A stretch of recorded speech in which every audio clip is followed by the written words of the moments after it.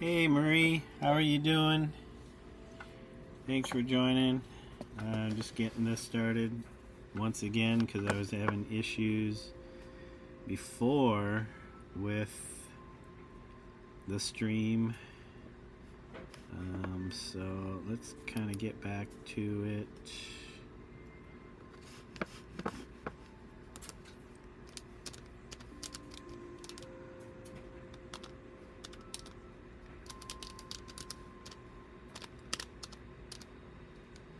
Thank you for joining, Marie. I hope you are doing well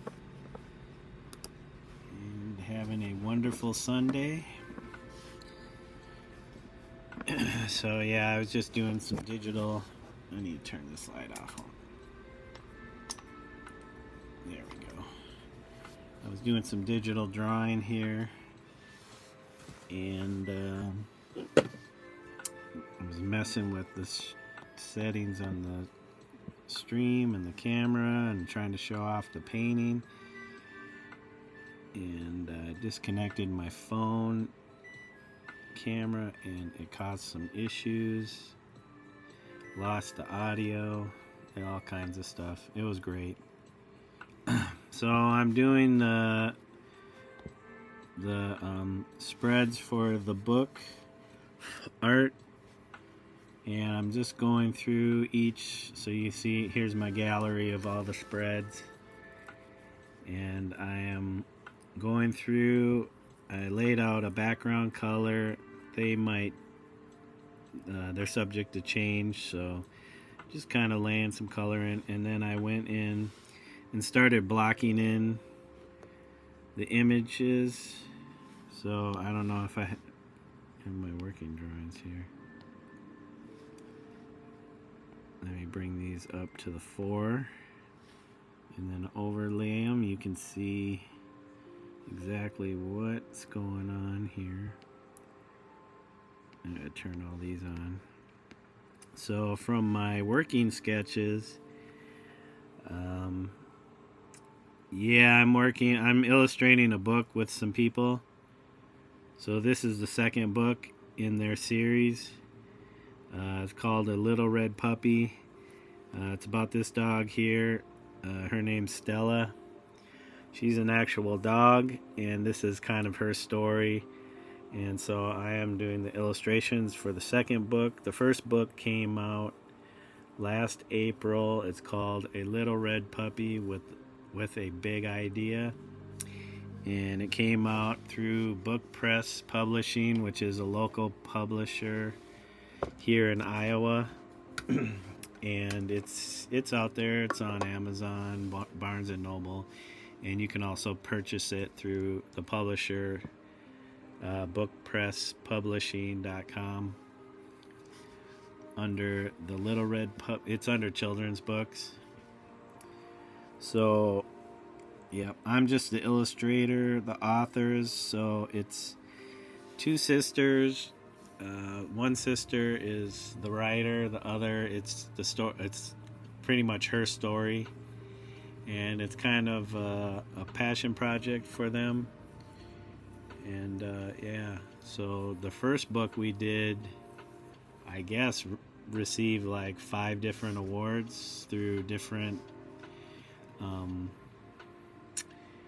kids, how would you call them, publications or groups that review kids products and stuff like that. And then you can you can apply for these different awards through these different groups. And so the publisher did that. I had nothing to do with that, and I guess it received like 5 different awards so far. Mostly, I want to say, probably honorable mentions. It's received some Purple Dragonfly awards. I don't know who. I don't know any of these groups. All I know is that they promote or give their approval to different kids products, and so Yep, I am a published illustrator. I can put that on my resume because this was my very first um, real, I guess you can say, illustration project, like big illustration project. Yeah, and that's what the authors are saying. It's like your work sells the book, and I'm like, well, if it weren't for the the author's story, I wouldn't have anything to illustrate. So it's a collaboration, but certainly, yeah, it definitely brings attention to their words.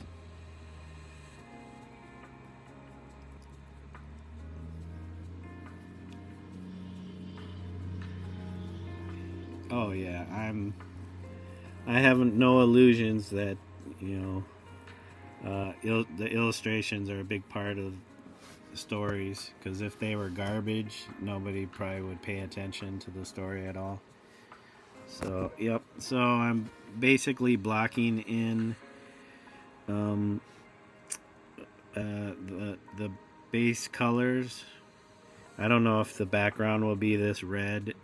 It might evolve, but yeah, you can see that each of these have multiple layers, and it's building up this image. And there's still so much to do to add to it, but I'm basically going through and doing that for each page. So here's I wonder if I can, where's the cats? Yeah, so all these have line drawings that go with them, and I'm just kind of filling in the silhouettes. Yeah, you can't see some of like these guys gotta get moved here. Nope. Undo. Come on. Bring these to the foreground. There you go. So yeah, there's definitely some changes made to the line drawings. So yeah, it's fun. I enjoy it. They do have plans to do a third book. They're still working on the story for that one.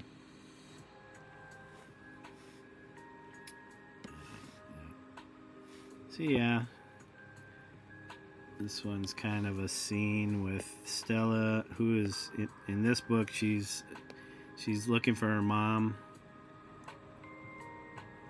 and this is a kind of like a dream sequence of her dreaming of her mom running around on the farm. So let's see. Yep, there. So I don't know if I'm gonna do a snow scene or maybe a summer scene. So right now I have it more set for maybe a wintry scene, but we'll see. But yeah, Stella's down here in her dog bed dreaming of her mom, who's running around on the farm. So, yep, yesterday I was doing a lot of the work on the trees, laying in the farmhouse, some trees, path. Sorry if I'm moving it around so much. And now this is a scene of Stella after she has the dream of her mom. She is told that there's a picture of her mother in a photo album. So she's trying to find this picture, and she's making a mess while she's doing that and causing trouble. So here she is. She is that's a lot of stuff to bring forward, but that's her silhouette. She's digging through a closet, making a mess. She's tearing up some slippers, and then here's a shot of the bathroom. She'll end up in the bathroom, so that's kind of why you're seeing that little shot of the bathroom in future pages or spreads.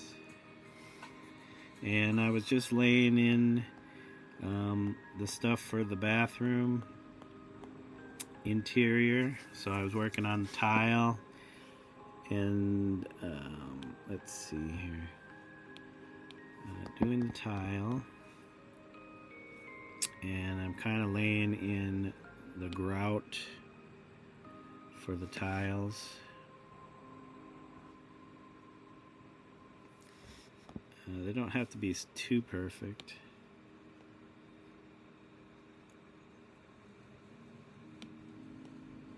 So I'm trying to make sure my lines are somewhat parallel.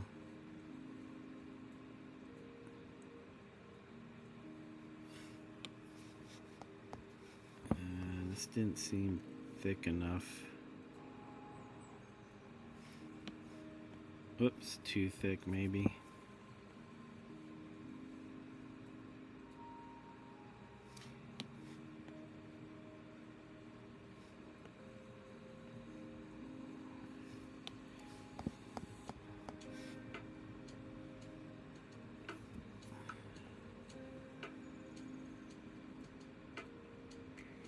Okay, let's see.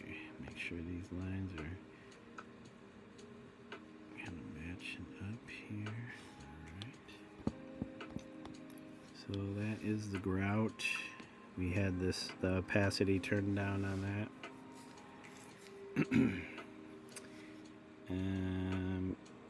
There should be, well, we'll keep that opacity turned down because we want to be able to see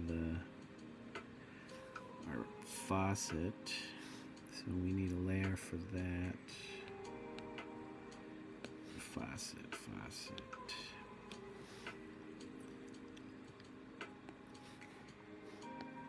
We're going to do a warmer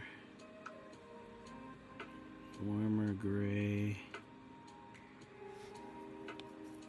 And then we'll lay in our faucet here.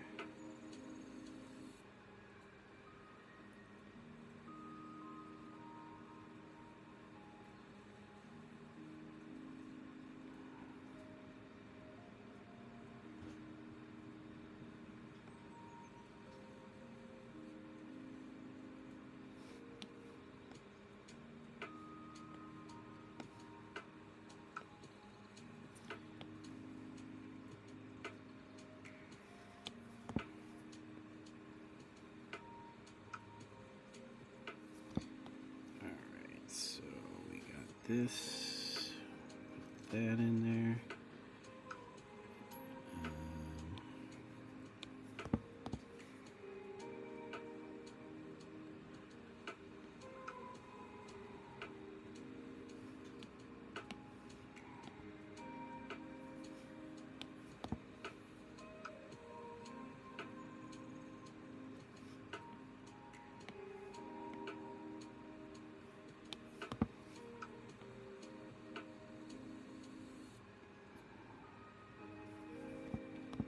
Oops, nope, I want to redo that, come on. And then,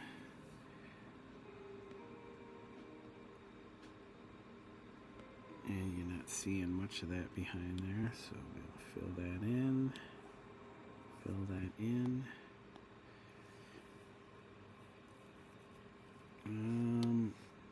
oops, actually, I almost need to redo, nope, this part. Bring this in here. There we go.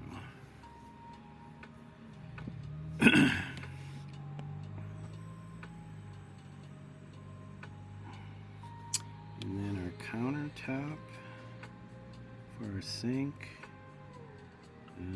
We'll go behind the sink, and I guess we'll do a white. We can do like this here.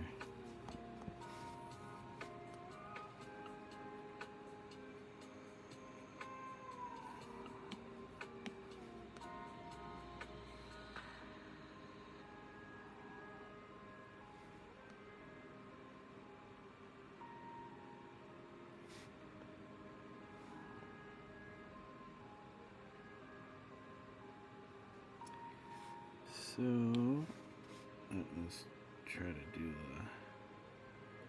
the bowl.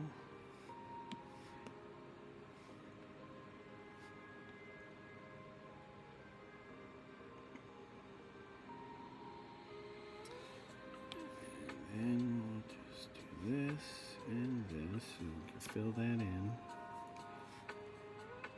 Definitely want to adjust this.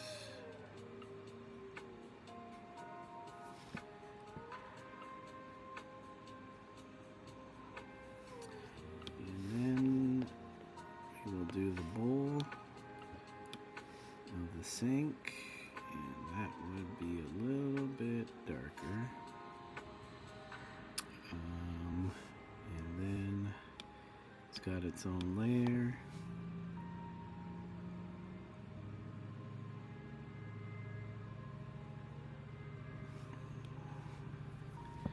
So there's that. I think since we are using that dark color, we will. Well, should we use this? Let us bring in another layer. Oh, maxed out on layers. So basically, we are maxed on layers. Jeez, how did I max out so far? So we have a total of 66 layers we can use. If I merge some of these down, we'll get some back. So we're just merging this down.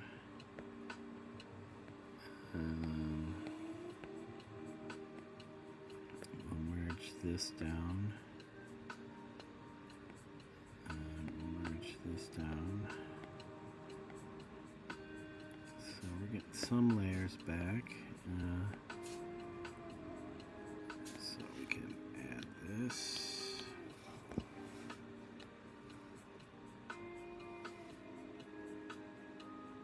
And with the polygon, we'll edit that.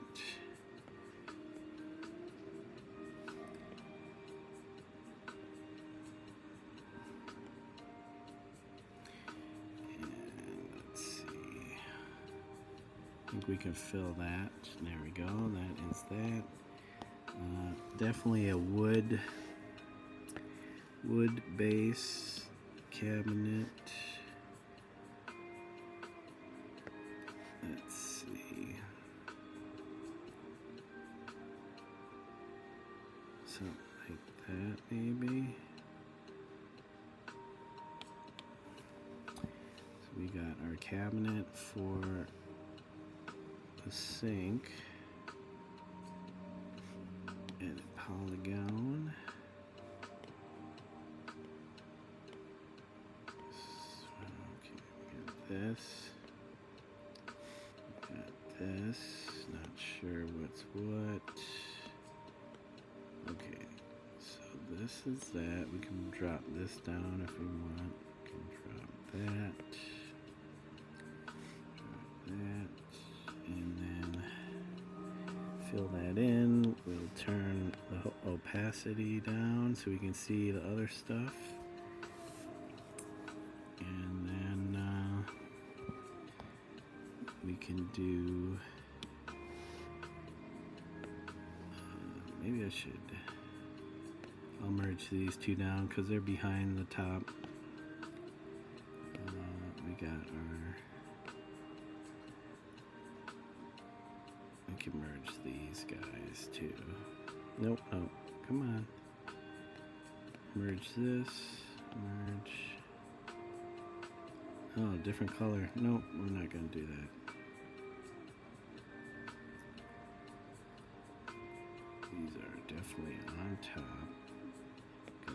this in front, that in front. Okay.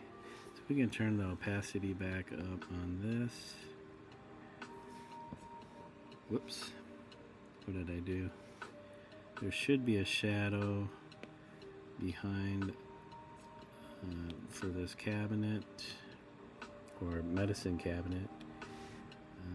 We had what color for our wall. So if I get rid of this, where is it? Is it this one? Nope. If I get rid of this, that shows the actual color.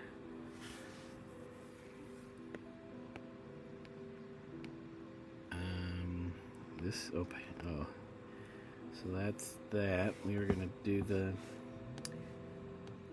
shadow for this. Hey, what's up, BT? How are you doing? Thanks for joining. I don't know if there's that many people streaming on a Sunday night, but that's what I'm doing. Hope you're having a good day. We're just doing another chill, very chill stream of me working on the book here.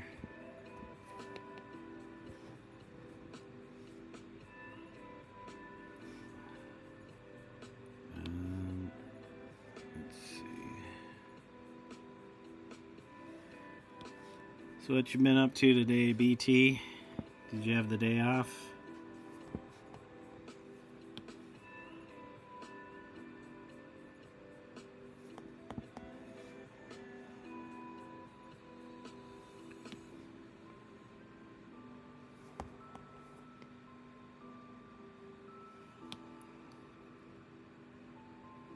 Yeah, Sunday. That's nice. Yeah, this is my only day off for the week. I'll be working the rest of the week at my day job because everybody wants to take PTO off for the holiday week.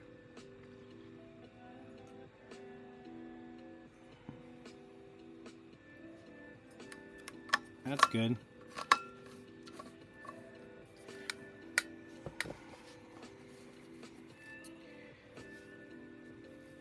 Yeah, I was doing some cleaning earlier. Some well-needed cleaning. I mean, I could have spent the whole day cleaning because this place definitely needs to be cleaned and reorganized. We need to get rid of some clutter. I broke down a bunch of boxes that we had from deliveries. Still got to get that out into the recycling, but they're all broken down. I almost want to kind of keep them just in case I need them. Oh, you get Christmas Day off? That's good. How let me check my stream because I feel like there might be a larger delay than usual. Okay, live. What's going on?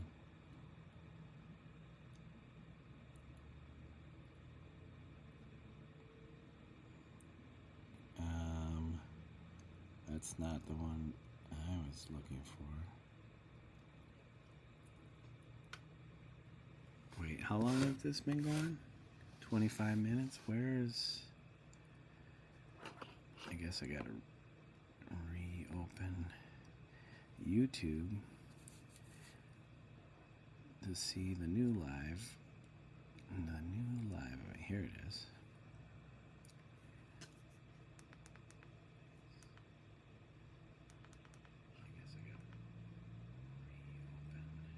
Okay, we're not too far back, are we?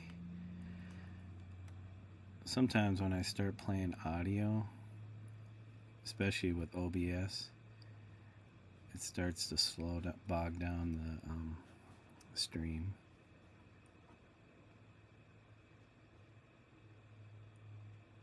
Now I just need to find where I was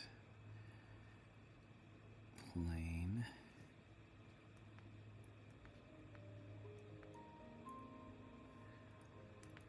Yeah, I'll be working Christmas Day, Christmas Eve, Christmas Day, day after Christmas.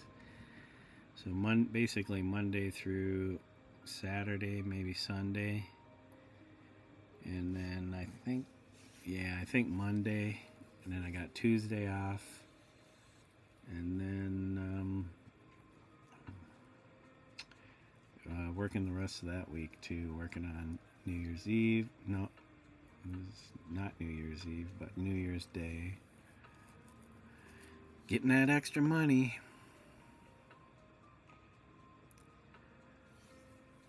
If you use voice text, yeah, I'm not sure.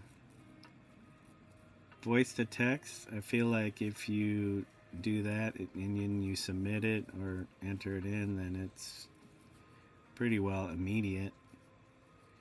I think it usually depends on the streamers, end. If they got a lot of stuff going on, their computer can't handle it, it might create issues with their stream. As you could tell,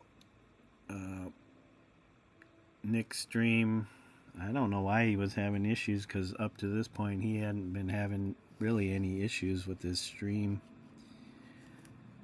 But yeah, sometimes I have issues when I use the streaming software.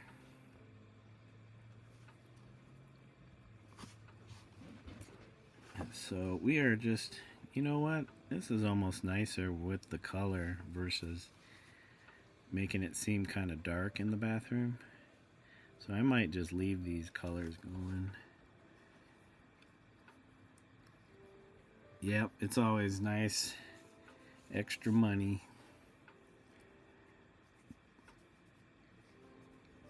Yeah, you might be behind like 5 seconds or 10 seconds.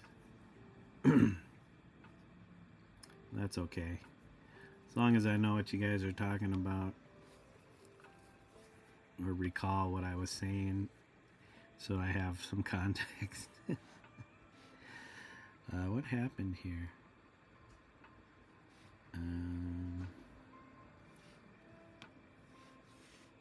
Somewhere I have some junk that needs to get erased. There we go. And so yeah, we were doing this panel here. Want to do so we have toilet paper.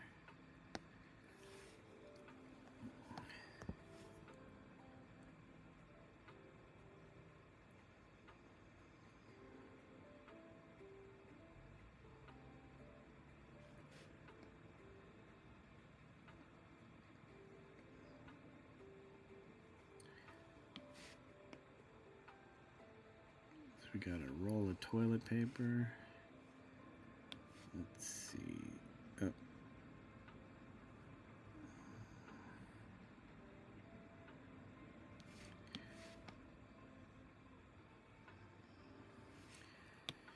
And we'll do this. We'll try to get these parallel. No, that doesn't really look parallel.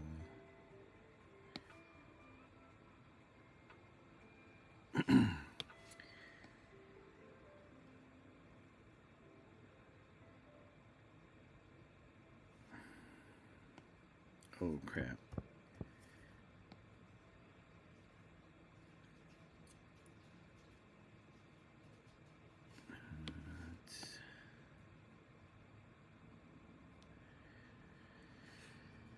Okay, so there is our toilet paper.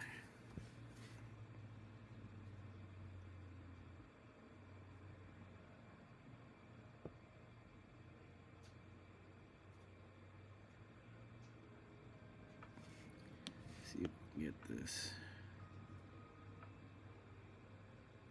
aligned, and then we'll fill this in. Fill that in. And then do some cool stuff. There we go. A little terry section. Alright, there's our toilet paper roll. We will do interior of the toilet paper roll. We got this brown. Almost should be darker.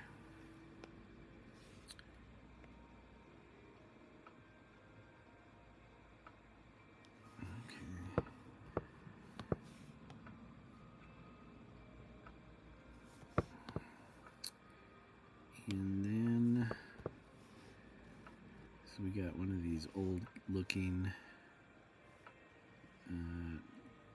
toilet roll dispenser holders. Let us, we need to overlap.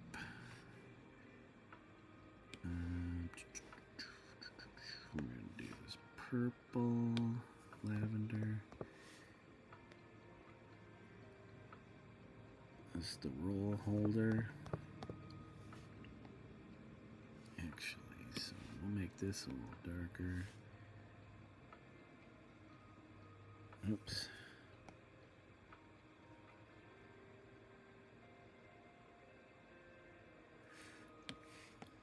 Fix this ellipse.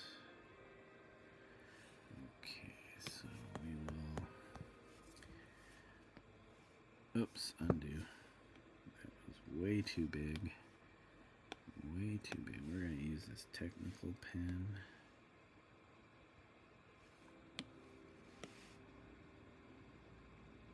Okay, there's that.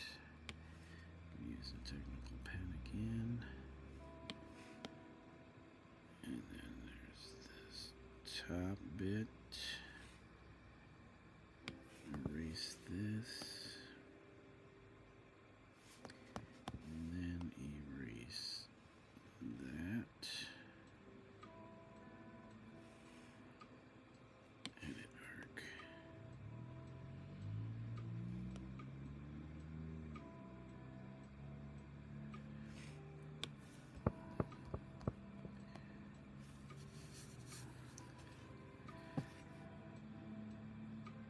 Okay, and then, yeah, I'm kind of doing a lot of detail right now, which I don't really need to do, but eventually we'll have to do.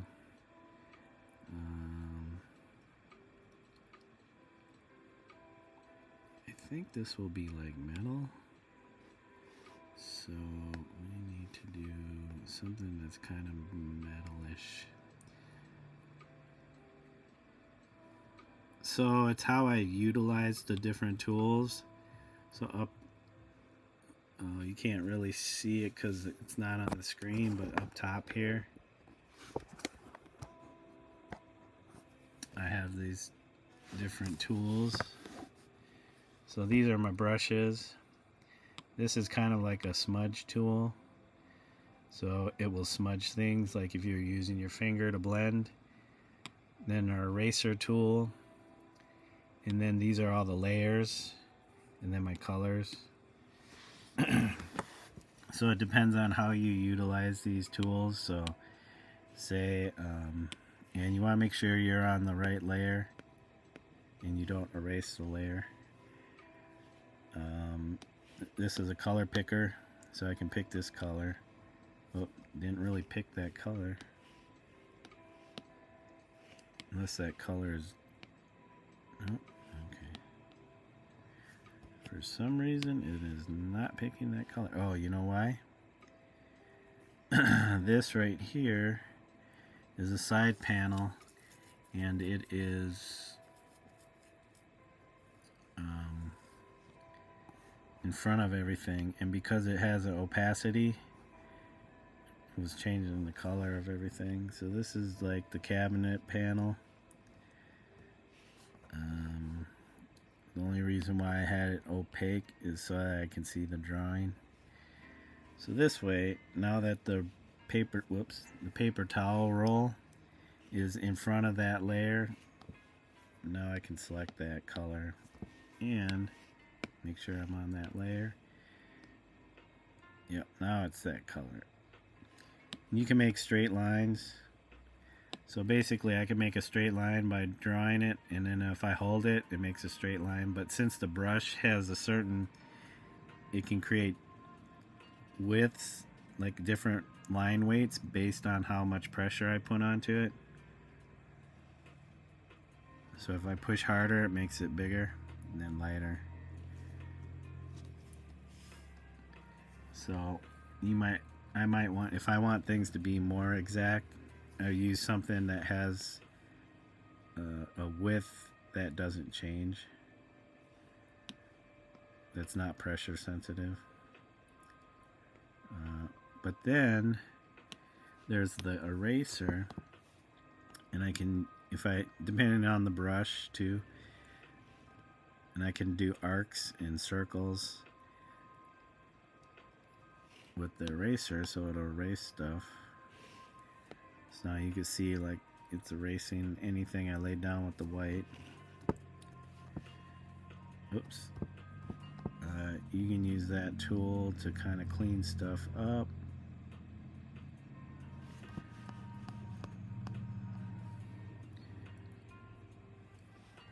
No worries. I've done this so much I kind of know what to do and not to do if I'm showing somebody something.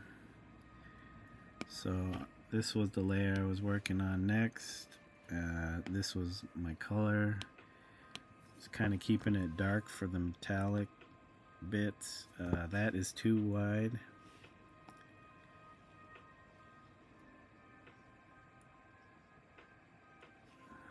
So this is part of the toilet paper roll holder.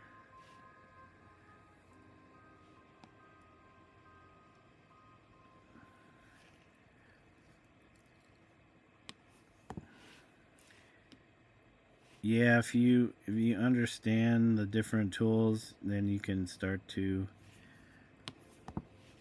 just manipulate things, create layers, and then just build stuff. And I've been doing this type of stuff since high school, like digital paint, like drawing and painting, but I didn't always do this. Over the years, I've gone back and forth between traditional painting and then digital stuff. So since this is one piece, I want this to overlap here. I want this to overlap the toilet paper roll, but then this needs to go behind that. I could do that in a couple different ways. The first way, which is probably what I'll do, is just erase up to this point, and now it looks like it's behind. Or I could duplicate this. You would duplicate this, and then you would have to set one side. Whoops, it didn't duplicate. There we go. Oh, I won't, because I maxed out my layers.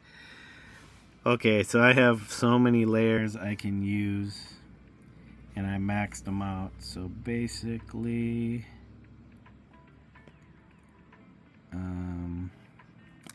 I could merge some stuff down.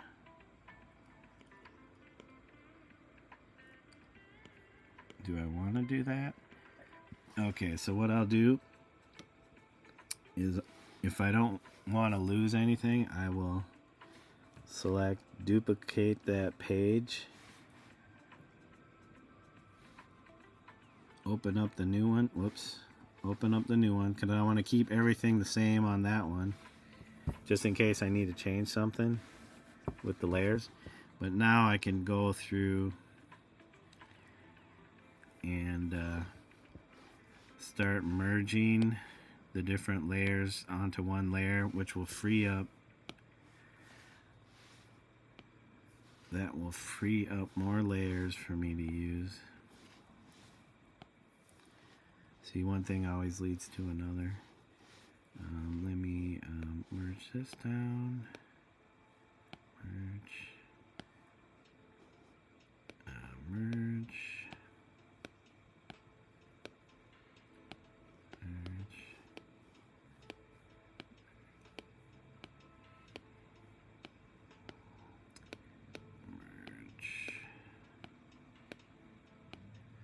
Actually, in this one, I'm getting rid of this layer.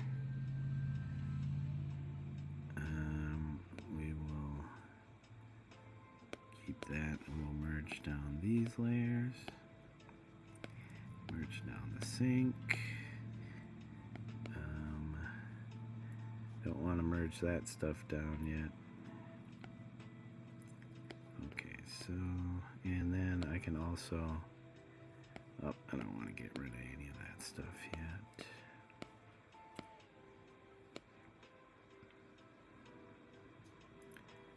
Alright, so that freed up more space. I can duplicate this. So there's two of those. I can put one behind. Whoops. Come on. So I'm putting one behind the toilet roll. The other's ahead of the toilet roll. If I take this one and I erase this section, come on. You won't see it erased because I have that other one on. So I have this one, this side, which is the one on top. Erase that back side. Turn this one off. And then I have the one behind it. And since it's behind it, it's behind all these other layers ahead of it. So I can erase, oops. You just gotta make sure you're selecting that layer. You gotta remember what layer you're on. And then I will erase this bit. And I turn this one back on. Now this side's behind, this one's in front. Yeah, way back in what was it, my junior year, I think. So 1989, 89, 90, pretty much. I was like 16 or 17. Yeah, I was playing around with this stuff in high school. 'Cause I went to a high school that had a magnet program, and I wasn't like super advanced kid. I was always a average student, but I got in this magnet program, which was dedicated to math, science, and technology classes. So the whole middle block of my school day was dedicated to some kind of math, science, and technology class. And I had computer classes, and one of them was digital, like a drawing class, like digital arts or something like that. And I worked in vector, like a vector program. And if you are familiar with vector programs, it's all like using Euclidean mathematics and points in space. You can build objects just like I'm doing right here, but this is still a paint program. It's not, I don't think it's quite vector based.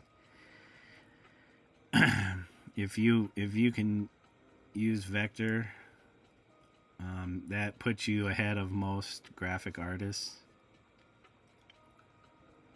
Oh yeah, I mean back in the, I've been using computers since probably the mid 80s when my parents bought their very first like personal computer, which was a Macintosh, one of the very first Macintoshes. And I was drawing on that thing, just doing drawings and animations way back then. That's probably like, I don't know, 11, 12, 13. I think 11 years old in 1984, 12, 85, yeah.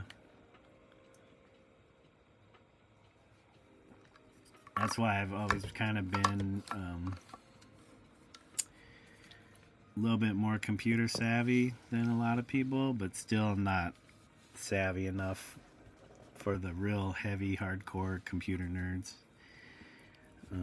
I was more graphically savvy, drawing and all that.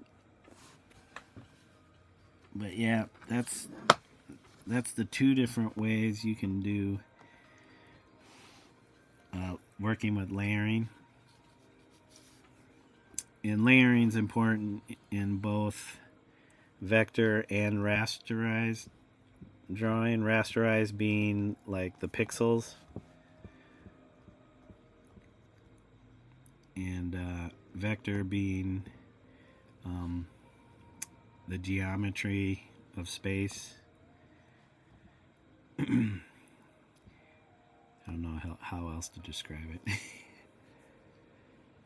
Yep, I remember. Oh man, yeah, I guess even before all that, when I was like, yeah, in grade school, we had those computers too.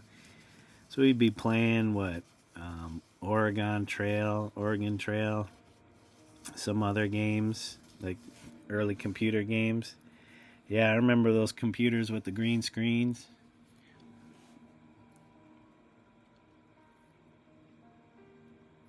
Of course, we're all behind over here in this little country town. I guess it depends on who you are, though. There's a bunch of like streamers that I see on YouTube that are from kind of that area, like what would you say, like the southeast, southeast. I think people don't give them people from other places don't give them enough credit. Because I mean, if you're into it, you're going to be into it. As long as you have access to it. And I think for the most part, most people do. Whether through school or home. But we were pretty fortunate that our parents, at least me, my brother wasn't really into that type of stuff much. I mean, he games, but he wasn't really into using computers much for anything. But now he has a business, so he uses it for point of sales and all that stuff,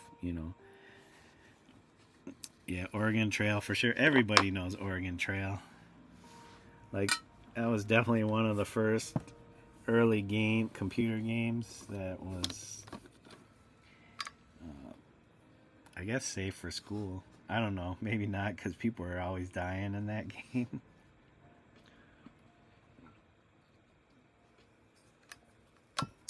Yeah, I forgot. Yeah, I've been using computers way before I was a preteen.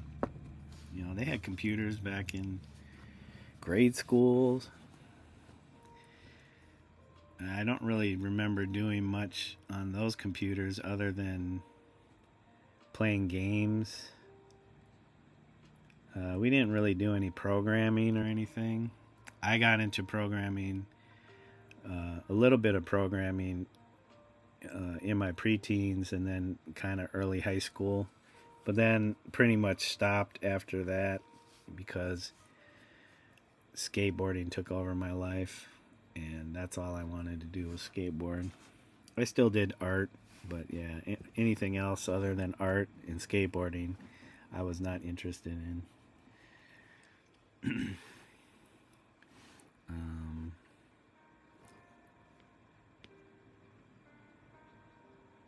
Oh yeah, that's all behind that. Okay. Yeah, so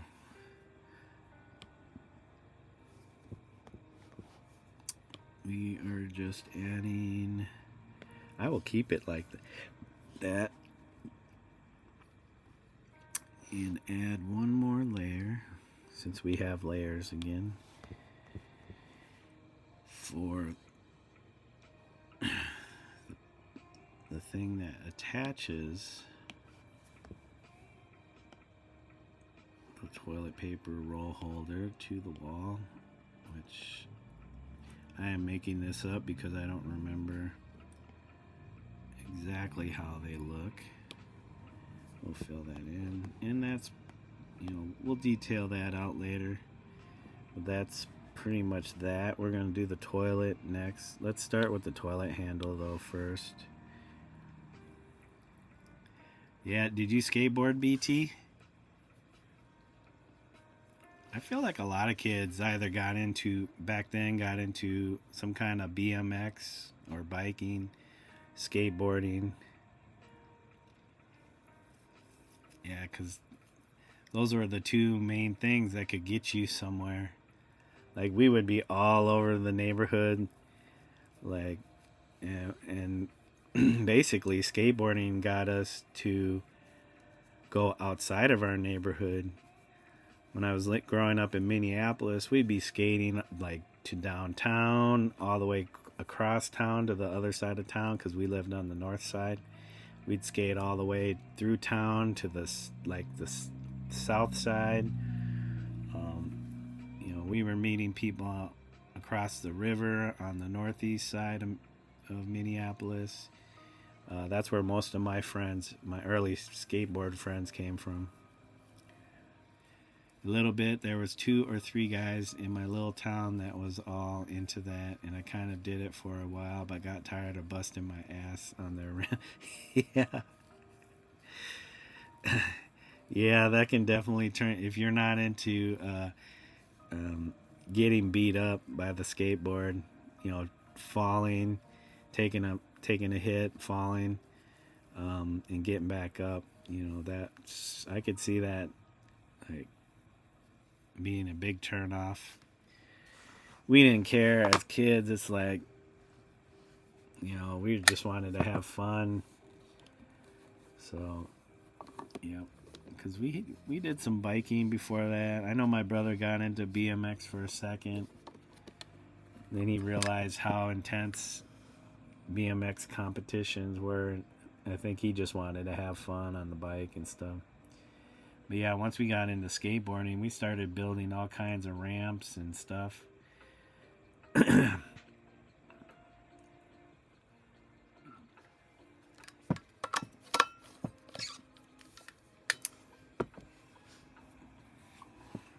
Yeah, that got us to, because my dad, he did construction while he was going to school for architecture, and so we had access to tools, so we could build stuff, and he was letting us use his like power saws and stuff like that at what, 13 years old.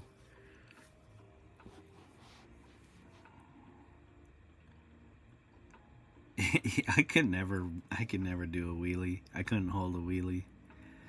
I could pop it up and then come right back down. There was no way. I didn't understand the wheelie on a bicycle.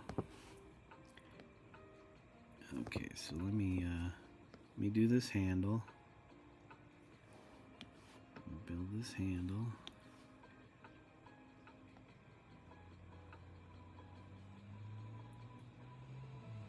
Yeah, I always had respect for people that could do that. Hold a wheelie. I just didn't understand. I didn't understand it, the physics behind it.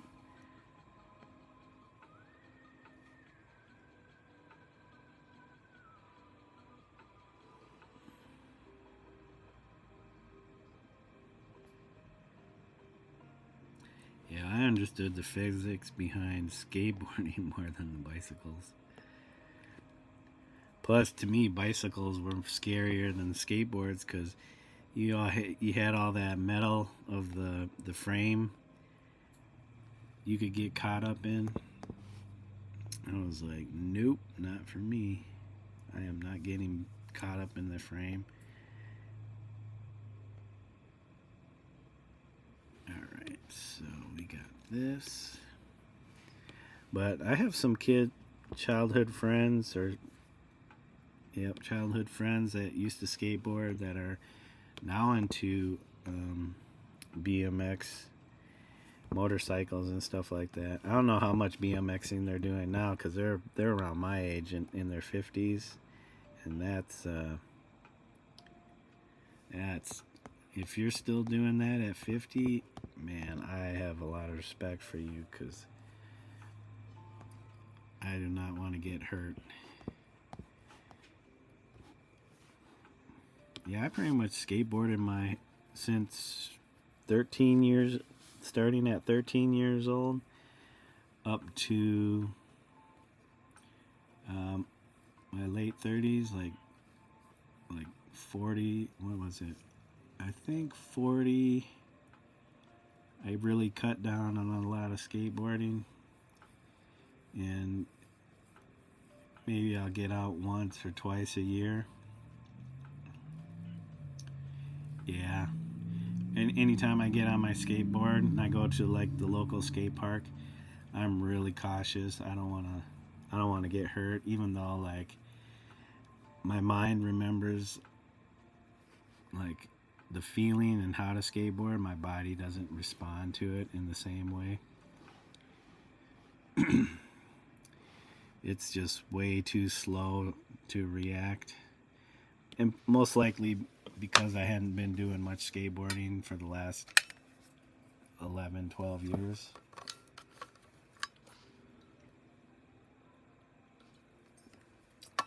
So now it's just mainly focusing on the art and giving the art time. Giving the art more time. I think if I use this white,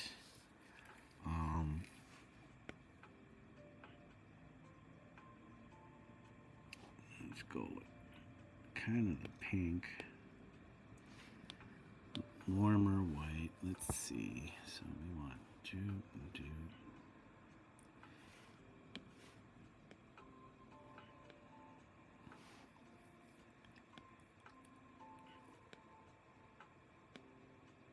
Yeah, I'll still watch skateboarding stuff. Like I follow a bunch of skateboarding, like skateboarders from, you know, legends to new people coming up in the skateboarding game. I'll watch some skateboarding competitions because that's kind of big nowadays, especially for my generation who's not quite able to do that like they used to. But and still enjoy watching skateboarding. I guess I can go with that. But yeah, I might need to do this. Let's see.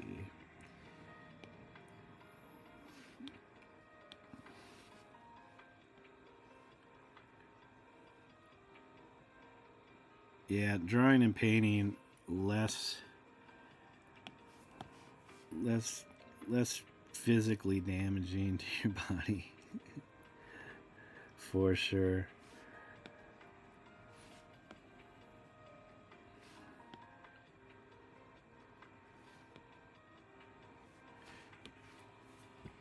Oh shoot.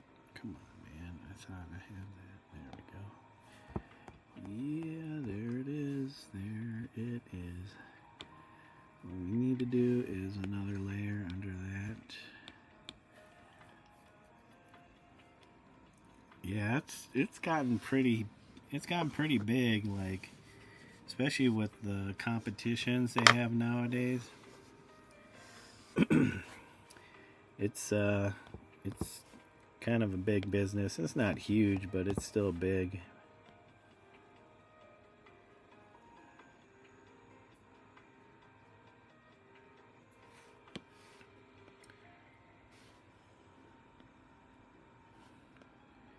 This is our toilet lid.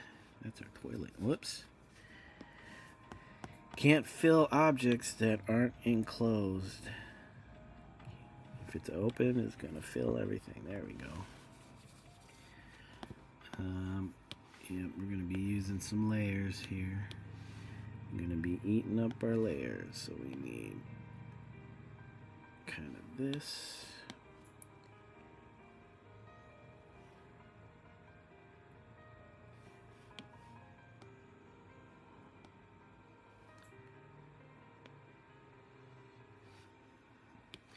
Now let's turn that off so I can see where we are at.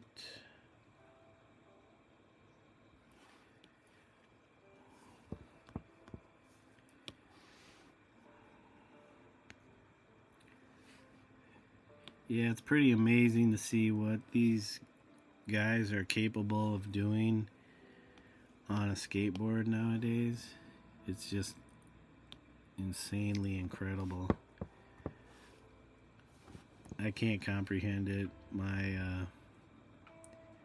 body just hurts watching it sometimes. It's like, oh my gosh, that I can feel it when they do fall. Whoops. Oh, we need another layer.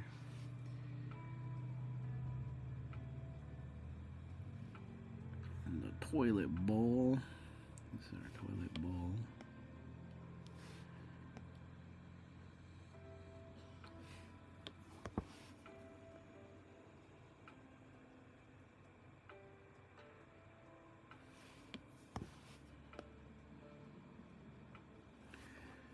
Okay, we got this.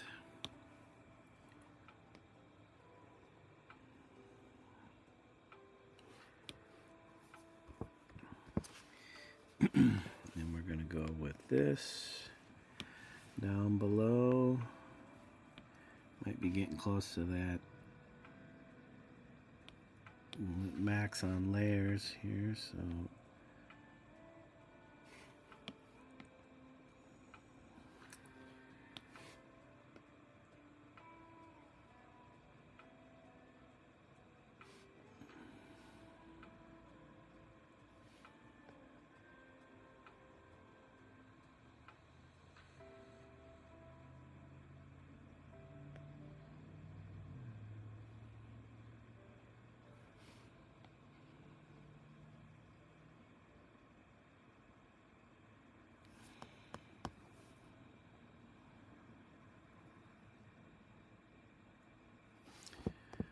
okay, so we are going to go with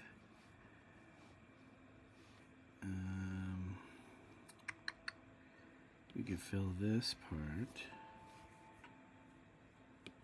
We can do this fill here since that's flat, and then maybe just go with that fill again. There's our toilet. Wait.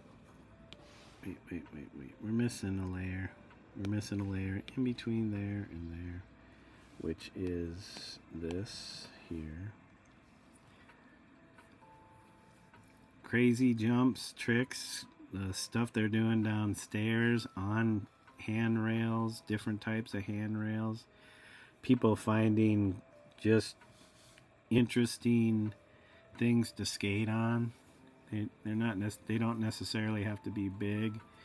You know, people are skating roofs where they jump off a roof.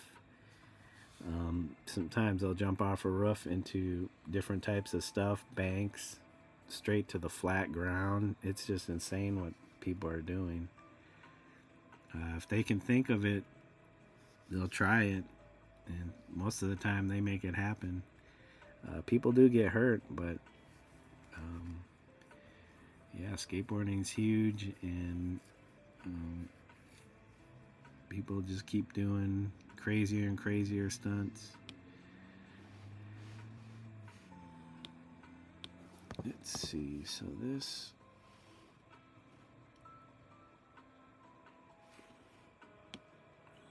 polygon it.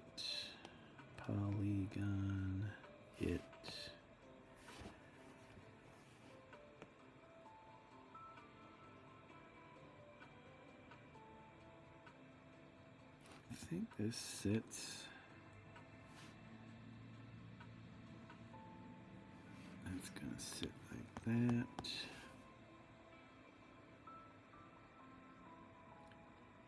Let's see, we'll fill this in.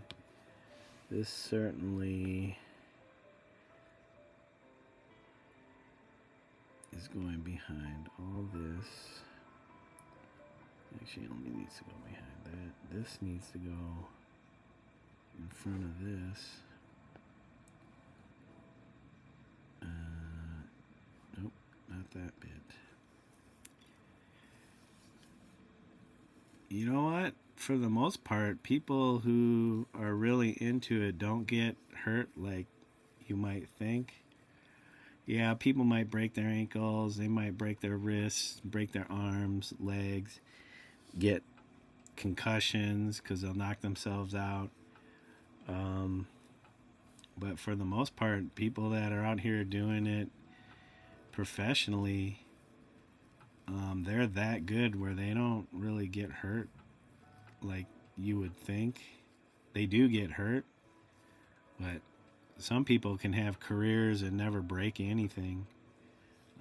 Others might break every single bone they have and still skate. Alright, we got our toilet. Our toilet's in there, but our doorway certainly is narrow. More narrow than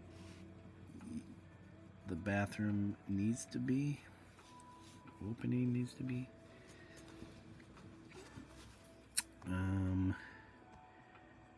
Yeah, I might have to pull back the wall. Not sure if I know some of these lines might not be perfectly straight, but it's okay. And the last thing is the rug. Hopefully we have enough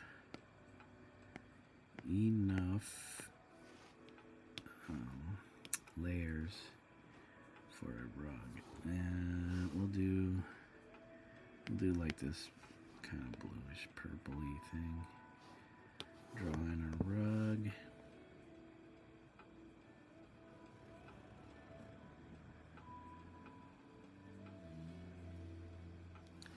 Fill in that. There's our rug. We'll pull that back a little bit.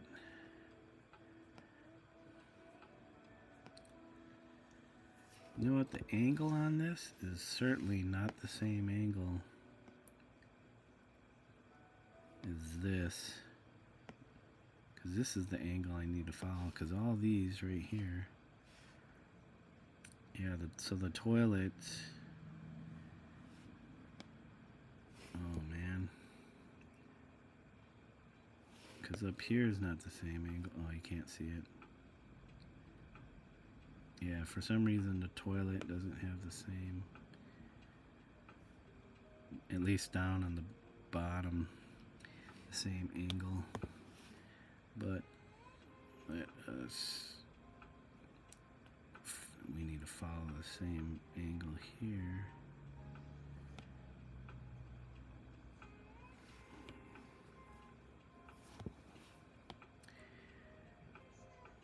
So in my time, all of my time skateboarding, I can't say if I broke anything. I know I had some really bad ankle injuries. My ankles are pretty much jacked up, but I don't know. I may have fractured, but didn't go anywhere to have it looked at. I just kind of dealt with it. So now my ankles are, they're not as strong. So I can roll my ankle just walking if I'm not paying attention. I'll just be walking or step off a curb or something, and if I catch the side of my foot, right, I will roll my ankle. But usually I can catch myself, so I will go down to the ground before I really let that put all that weight on my ankle. And that's from skateboarding, so I know how to like fall and go down.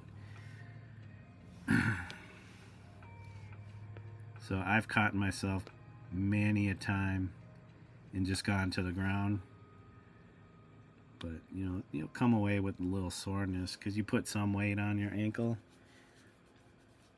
but not as much as you would to really harm it.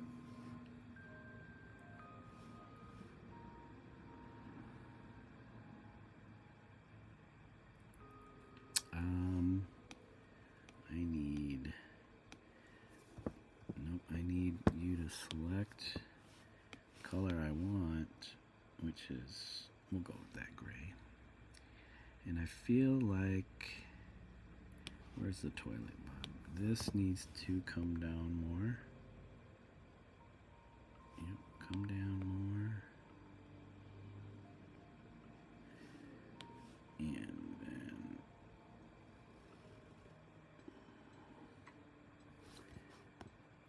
That seems more natural.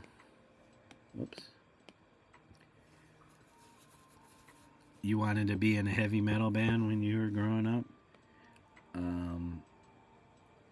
I know a lot of people that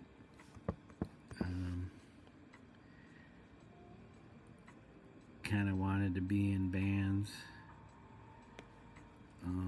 who are actually musicians, who are actually trying to make it happen. More like punk bands or hardcore. I don't know too many that are really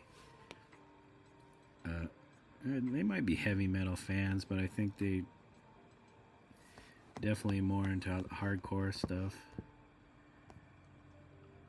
Alright, I think we have our pieces. Just turn off some of this stuff. We don't need all this stuff turned on. We don't need her turned on. Turn that off. I don't think we need any of this stuff turned on. This is turned. We turn that off. So here's our basic block in of our page. So then I'll come back later on and do all the detail work, but that's kind of a part of the process of me building up the image. This one has a lot of detail to it. You're a big Rancid fan? I don't know if I got into much. Okay, used to play drums or thrash. Yeah, I have a lot of friends, some younger friends that were skateboarders that I don't know if they skateboard as much nowadays. They're kind of definitely younger than me, but still kind of older, probably in their mid-30s. A lot of people don't make it past their 30s in skateboard, but a lot do. It just gets a lot harder. Yep, you take away all that stuff. I don't know if I'll leave the orange background for the flooring, but I might just put in, like, seams for like wood flooring, or just leave it as is. It's hard to say. But you can see I faded out the wall for the left side of the page. There'll be text on that side of the page, but there'll be a lot of detail I need to add into this. You can see the medicine cabinet has some detail to it already. Yeah, the faucet, I didn't add the handles to the faucet, but I can still add that. I think, this angle of the sink might be more angled down than this angle down below here for the baseboard. And over here on this side, I need to remove some of that for the casing. And same on this side, inside the closet. You would see that block down below of the base of the casing stick out a little bit on the inside. Same with this. Space between the sink and the wall seems really narrow, but I mean, it's a kid's book. Only people like me who are very detail oriented, that know construction, basic construction, will be like, that's really narrow. But yeah, that's supposed to be a shadow. That might change. That might get changed to slightly less dark, but it all depends, because right now it looks like maybe a light's on, and I don't really have any shadows down below or behind anything else. Just that medicine cabinet right now. The grout needs some areas where there's highlight, and then the same with the tile. There should almost be like a seal around. I don't know if they do. They typically should put a seal between the base of the tile and the sink, but you know, that's a lot of detail that might not be necessary for the book. So sometimes it's like keep it simple, you know, put a little bit more detail in there to kind of keep things from being so flat, but you know, as long as the focus is on what's going on in the scene, like with the dog and tossing up the slipper and some of the containers that have stuff in them that are spilt out from the dog, the other slipper, which seems kind of big, but we'll leave it as is, torn up. So these purple things are slippers, and this one's torn in half. There's some containers with stuff coming out of them. I might put some folded up like bathroom towels up here, just to make it a little more interesting back there, but not too detailed.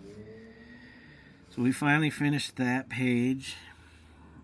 We do have our original page just in case I need to go back and get something because we are limited in details. But here's the next scene. Yeah, it's a kid's book, doesn't need to be too crazy. But man, I'm going for best illustrations for this book. So the first book I did has won 5 different awards through various kids publication, like kids groups that promote products that people put out there for kids. And in the category of books, yeah, the book got a few different awards, which is cool for being a first time actual published illustrator, you know, to have their book be noticed in that way. I mean, it's definitely not bestseller, or like, you know, I don't know if you'll see it on Oprah's, you know, I don't even know if she has her show anymore. I don't think so. But, you know, it's cool enough that some groups recognize the book and you know, giving it some props. So this scene, yeah, I would love to be able to put that on my resume. Like, this group says the book had the best illustrations. So this one is the dog. She's actually trapped in the cabinet in the bathroom. Yeah, I was pretty psyched. It was basically the publisher can submit the book to these different groups to get these awards. So there's a lot of books that get, and I think a lot of our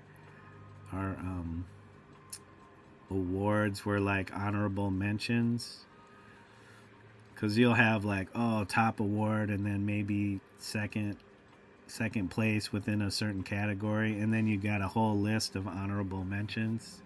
So even if it's just honorable mention, they still give you the like award. Did Oprah flee the country? Is she living in Hawaii?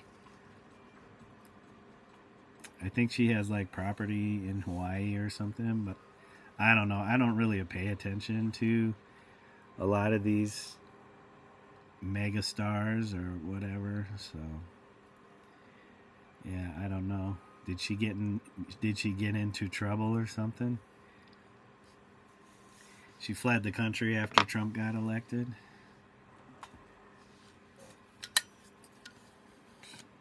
If she just fled to Hawaii, that's nothing.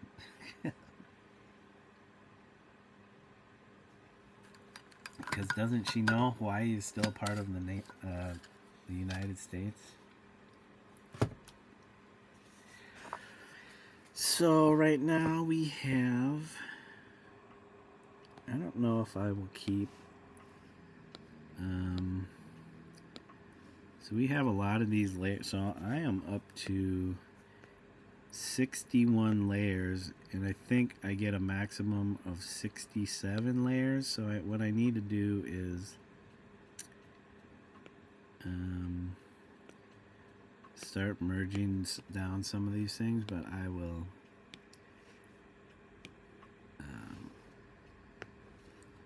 wait till I run out of layers to do that. So we're gonna do Stella.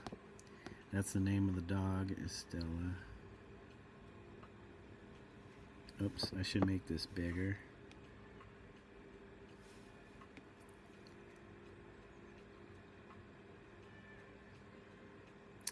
Yeah, all these big, I mean, when you got money and you can do that, that's cool, but I think that's kind of, you know what? I guess they don't owe anybody anything, but I mean, maybe they do. They owe people their careers. You wouldn't have gotten noticed for your abilities if it weren't for people.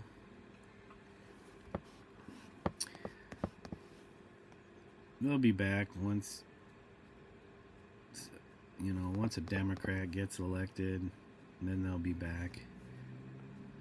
It's like, thanks for sticking around, but you know, there are all kinds of expats. It doesn't matter who's in office. People are just fed up with America, the government in general. Doesn't matter who's running it.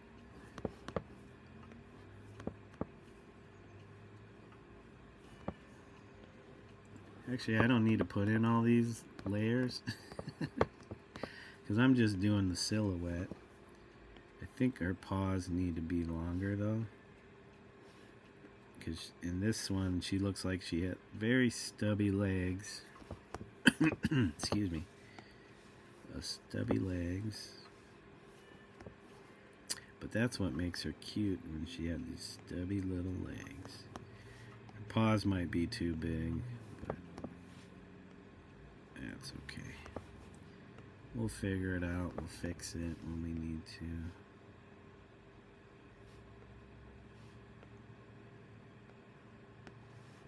I think her tail was missing on this one.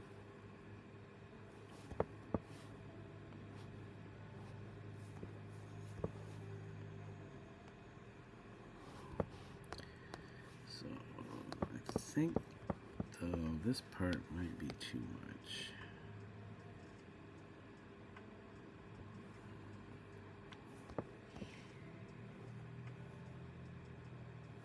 Yeah, I mean, my wife might see something on TikTok and mention something to me, or in random passing, like when I'm reading something on some site, something might pop up and be like, okay. But usually I don't pay attention to stuff like that.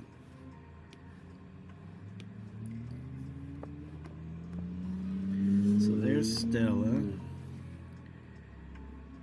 We got a lot of toilet paper rolls in here.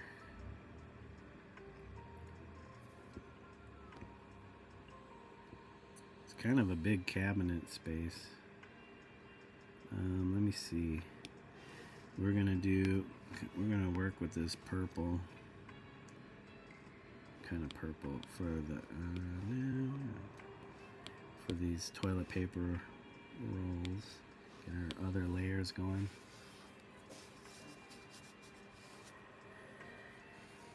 Yeah, I got my life to live. I can't be focused on somebody else's life.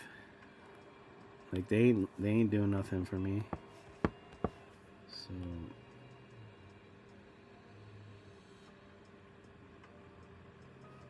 they ain't paying my mortgage.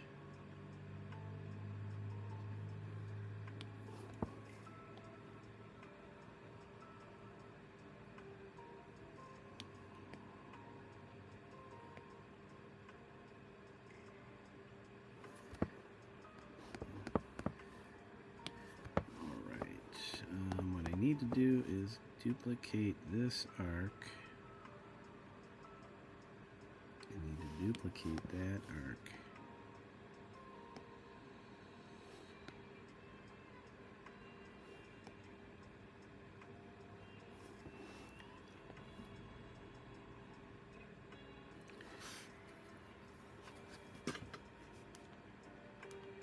Turn up the music a little bit.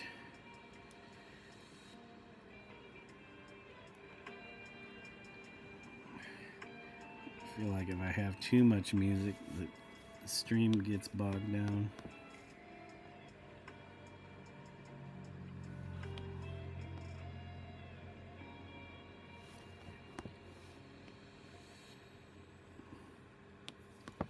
Okay.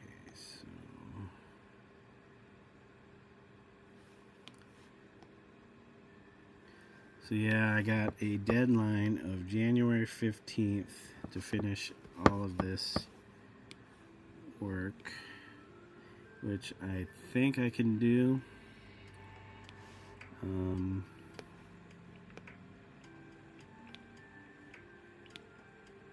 Oh, it's only 41 layers. Okay. So I still have quite a few layers to do.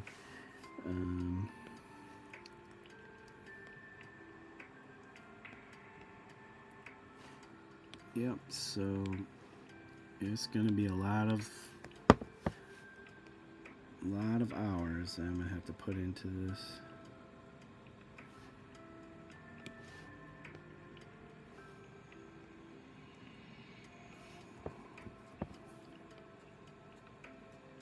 Let's see, where would the light come from?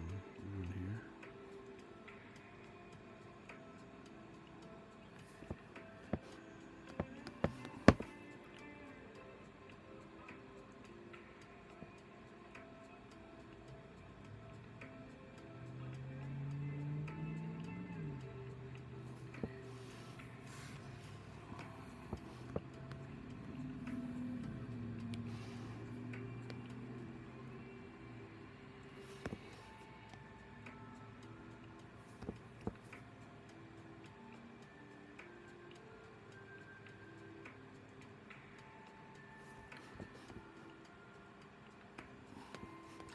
So this is where, so this tool right here, up here, the little smudge tool.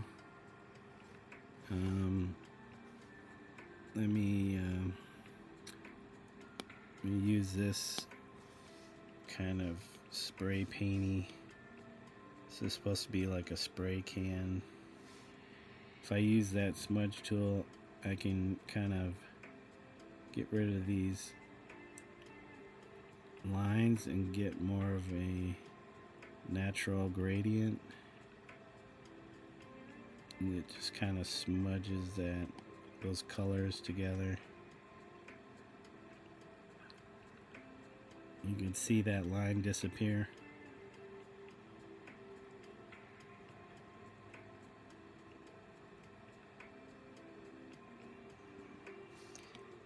Bring it up, the size up a little bit. There we go. Look at that. Nice little gradient.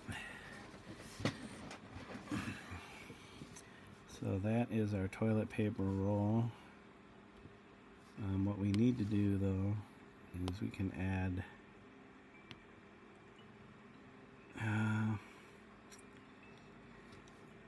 should I add the highlight to that? I feel like the tops.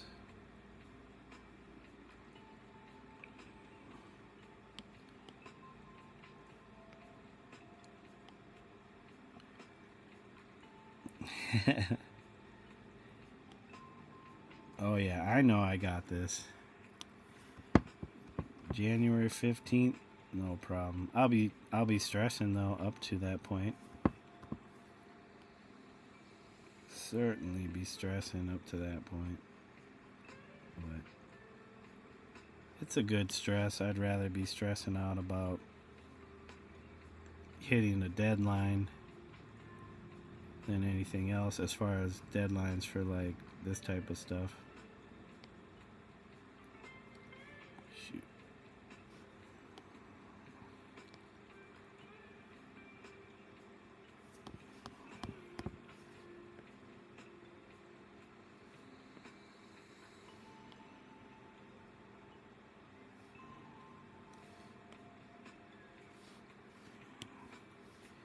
There we go.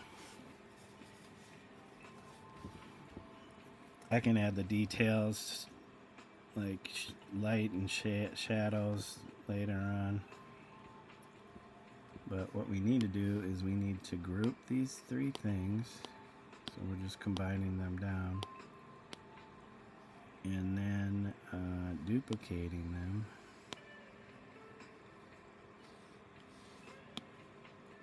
So let's see. And then this goes behind that one. And I can offset them so it looks like they're not perfectly stacked. Let's do that again. We will duplicate that.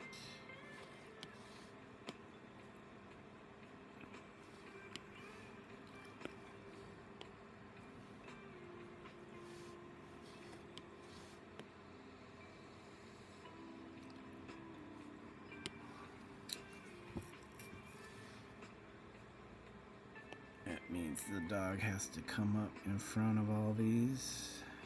There you go. So there's our toilet paper rolls. We'll do a bunch more of those. We got some containers. I'm not sure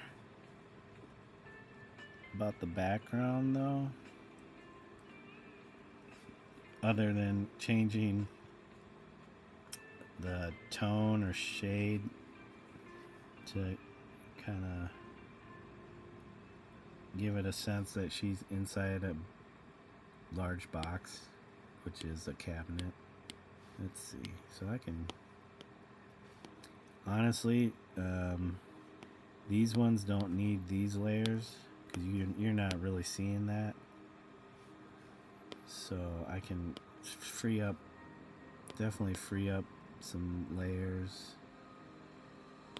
by doing that. And then this one, definitely overlapping that side.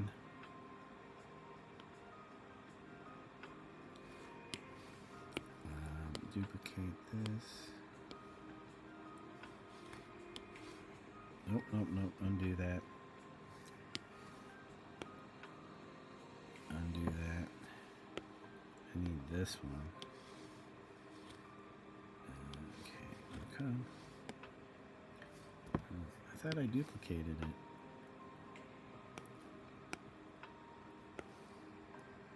That was weird. So that's got to go in front of that one, and then this one gets duplicated, and that has to go in front of that one also. So we have these two.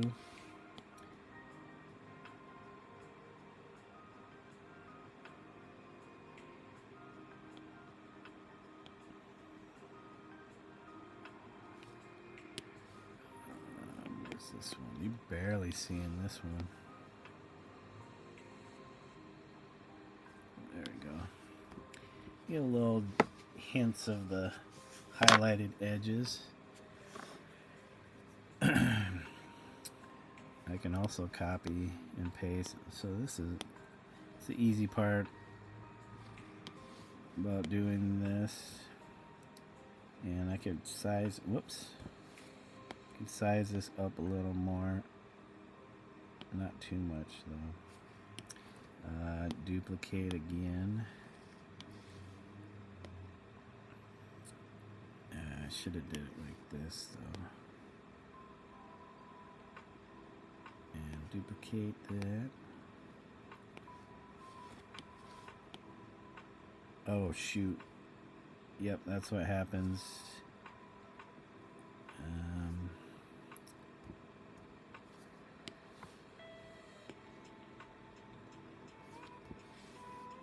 So you do want the one that isn't cut off yet. Oops, duplicate.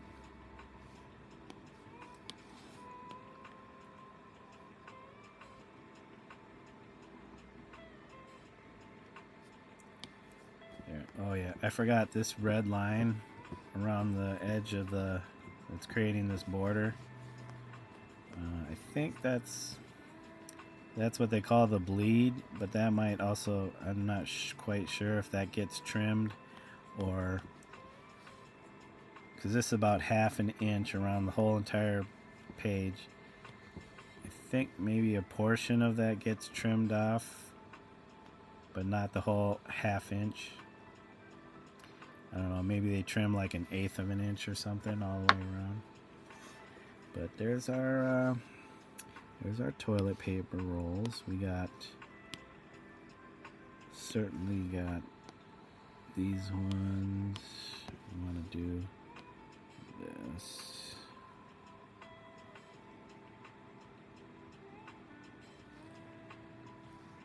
And I could duplicate that. It's a cool thing about making objects. Let me turn this one off though. Let me turn her off. There's ways to create objects. And this is just like an image. It's not like a true 3-dimensional object. It's an illusion of an object in 3-dimensional space, or 2-dimensional space. 3-dimensional space would be actual 3D. So we will do that.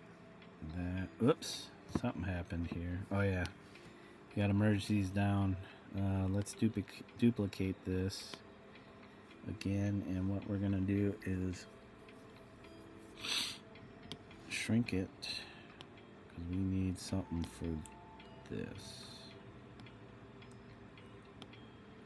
It's on the same plane.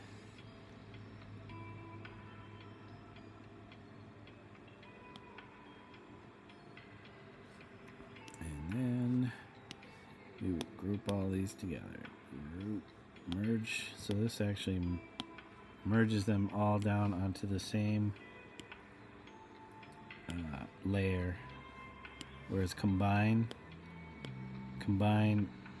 just groups them together on the same group layer, but then you can alter these the different layers still, or ungroup them.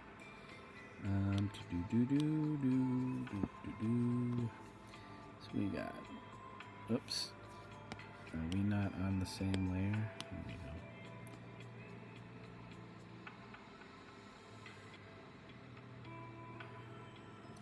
This is our toilet paper unrolled.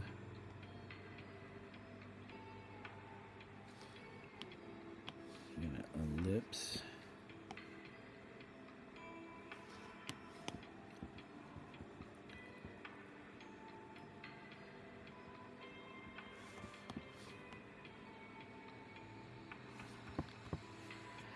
Do they show the rest of the sink vanity, or just inside shot of the dog and the toilet paper? Just the inside shot. I was thinking of putting, like, because you know how the sink has like a P-trap and then goes into the wall somewhere, and then you might have the hot and cold water shut-off valves underneath there. Again, it's like, how much do I really need to put in there? If I put in a P-trap, is anybody going to know what that is? Or the hot and cold shut-off valves, are they going to know anything about that? So, I mean, that's just extra details I could put in there later on. And, you know, if the authors and the publisher say, you know, get rid of that, then I'll get rid of it. But as long as she looks like she's like in something, like a space, that's all that really matters. Because the text will give it, the text on the other side will give it some context. So just to keep the image more simple as far as what's going on in the scene, the better. You know, start you don't want to start cluttering it up with unnecessary things. Even though my mind is like, oh yeah, I need the drain, a P-trap, water shut-off valves, and you know, whatever else, because they're gonna have, there's containers here with like powders and stuff that are dumped all over the place. I'm gonna have to put stuff. She's covered in like powders, which is, I don't know if they've thought about that. It's like,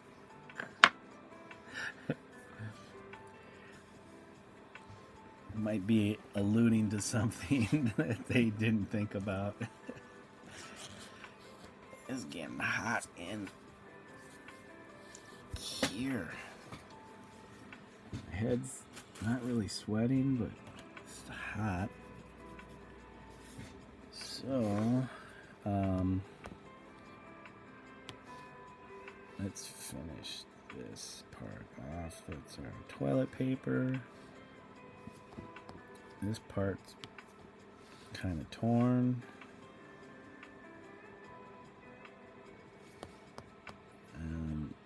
Could be kind of all messed up.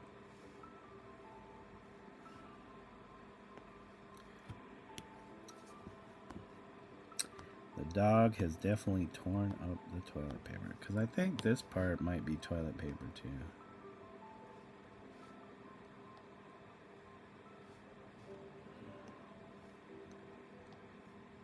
I want to make sure there's enough of it showing. Even this right here might be toilet paper.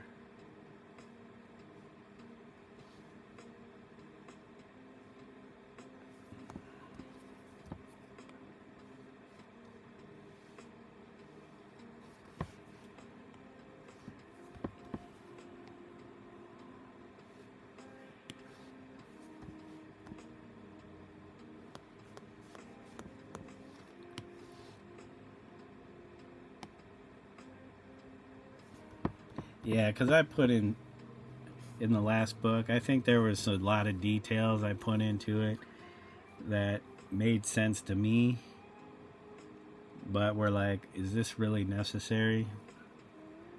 Because the more you start putting into an image, the more it can become distracting as far as the focus of what's going on. So to keep the scene kind of simple, you know, you don't want too much stuff detracting from what's going on in the scene, because you know, Stella here is trapped inside a cabinet.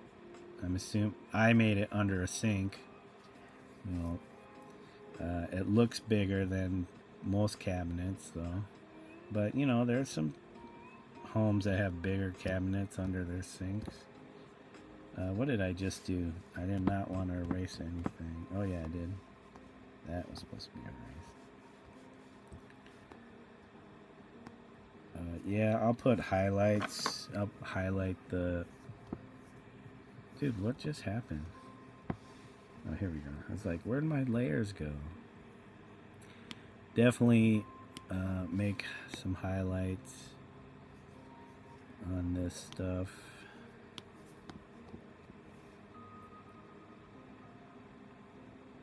But it's like, how much light is actually underneath this cabinet, inside the cabinet? So it's kind of a lot you start thinking about.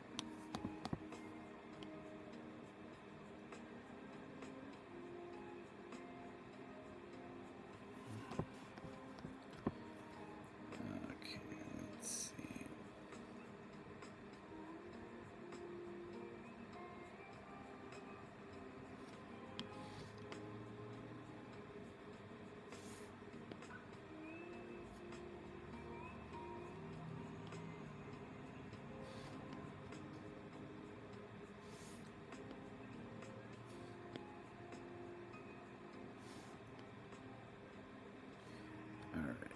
So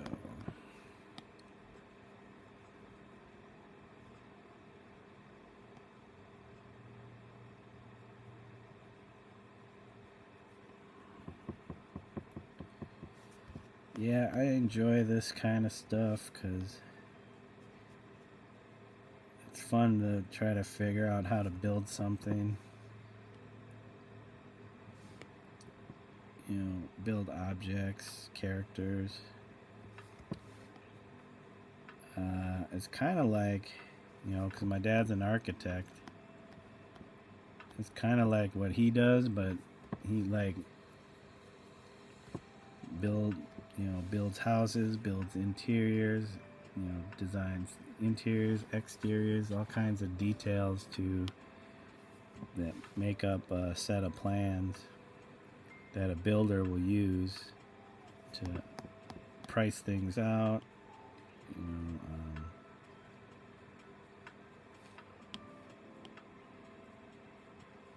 what else? Get a sense of the space, or how they'll build it. Let me see here. So to me, it's kind of like construction.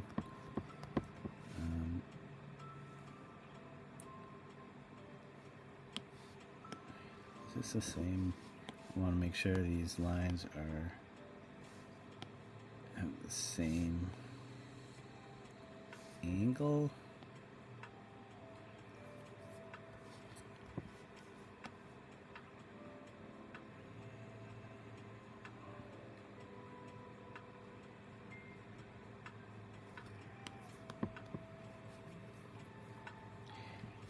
And that's the thing, not everybody is like that detailed oriented. Like somebody that doesn't understand architecture or, you know, building construction, they might not see that stuff. You know, homeowners, they want a house, but they're not, they may not be understand how a house comes together to become a house.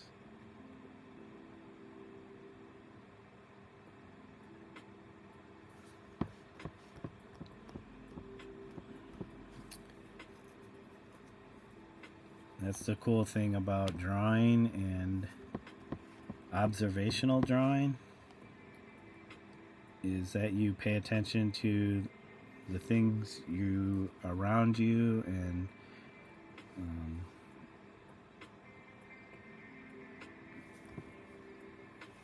let me edit this.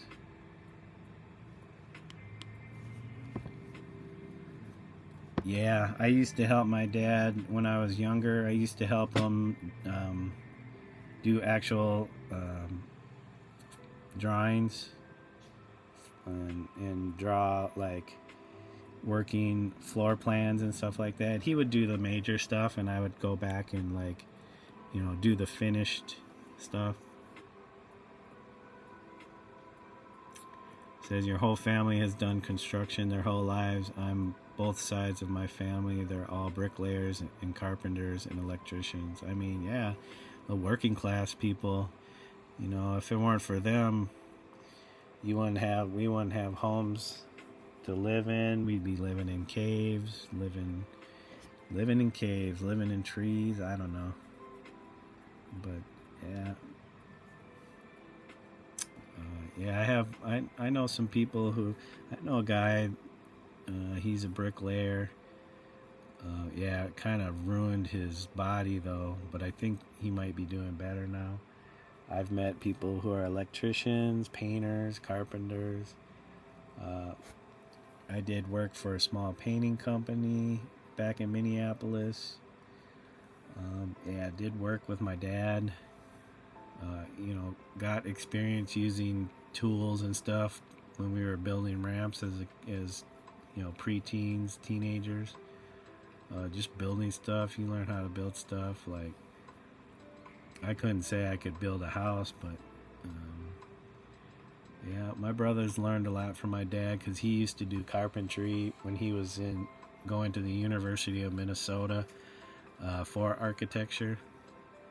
And so he's been pretty much doing ever since I don't know if he graduated with a degree, but he pretty much went through most of his schooling, and he just started doing it as a job, working for architectural firms and getting the experience there, and doing construction on job sites. And so yeah, he was always doing that kind of stuff, and he's still in his mid 70s, doing architecture. Pretty much freelance though. He's never been one to like, oh, I'm gonna start my own architectural firm or whatever. It's like, that's a big responsibility, taking on employees and all that. So he's pretty much just work freelance and help other bigger firms do stuff. But he's designed his own homes and stuff like that, and has plans, that if anybody's interested in he could sell and do all that stuff. So just like me with my drawings and stuff, he's always done that. So I've learned to look quite a bit from my dad, as far as like technical drawings and stuff like that.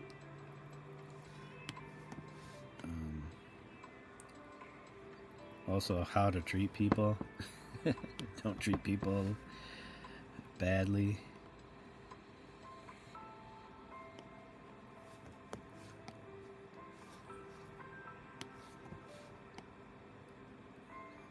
Man, I think this needs to come out a little more.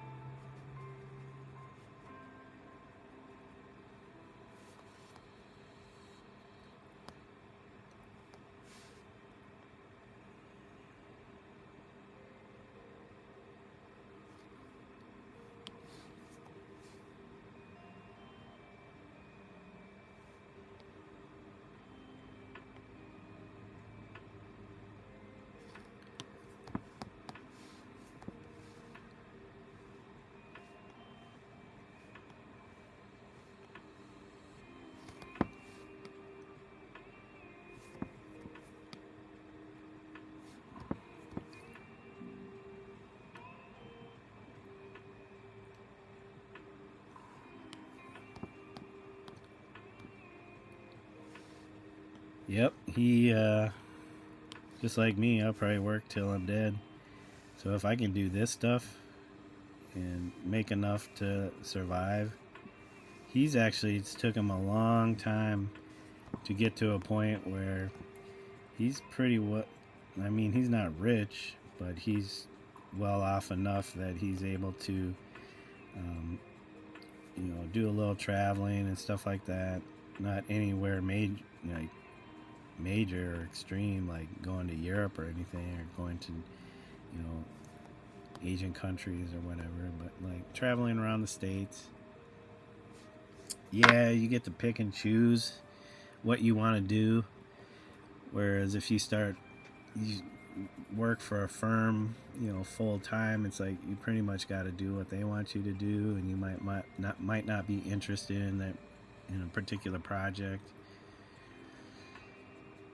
And it's housing is can be pretty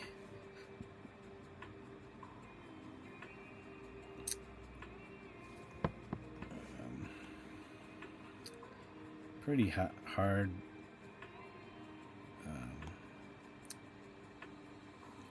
to do, especially like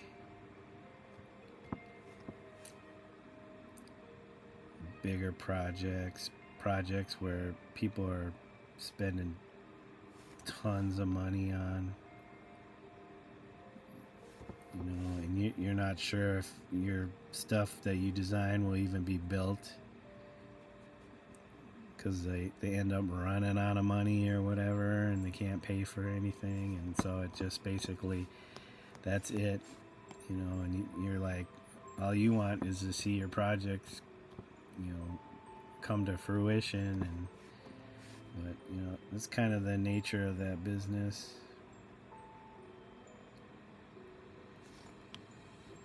Same with this. It's like, they could be at any point like, oh, we're not going to continue. As long as I get paid for my time, that's all that matters. It's kind of a bummer if it doesn't.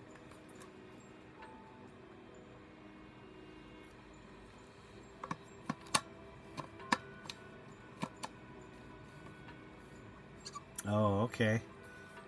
I didn't realize that he was. I feel like that kind of stuff helps. Like if you get into drafting, it kind of helps you see the world in a way that you can. And that's what I mean about observational drawing. Is like you can recreate something on a two-dimensional surface and render it in a way that people like recognize or are almost fooled into seeing that as something real or actual, but it's just a drawing. What they call trompe l'oeil. It's French for fool the eye. Yep, I'm working till I'm dead. I don't know for us if we'll have Social Security. Social Security. Not much security there.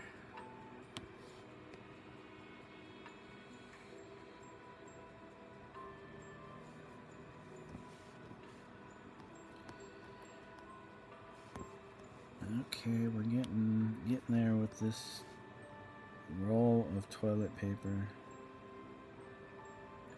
I might be jumping the gun on this detail though.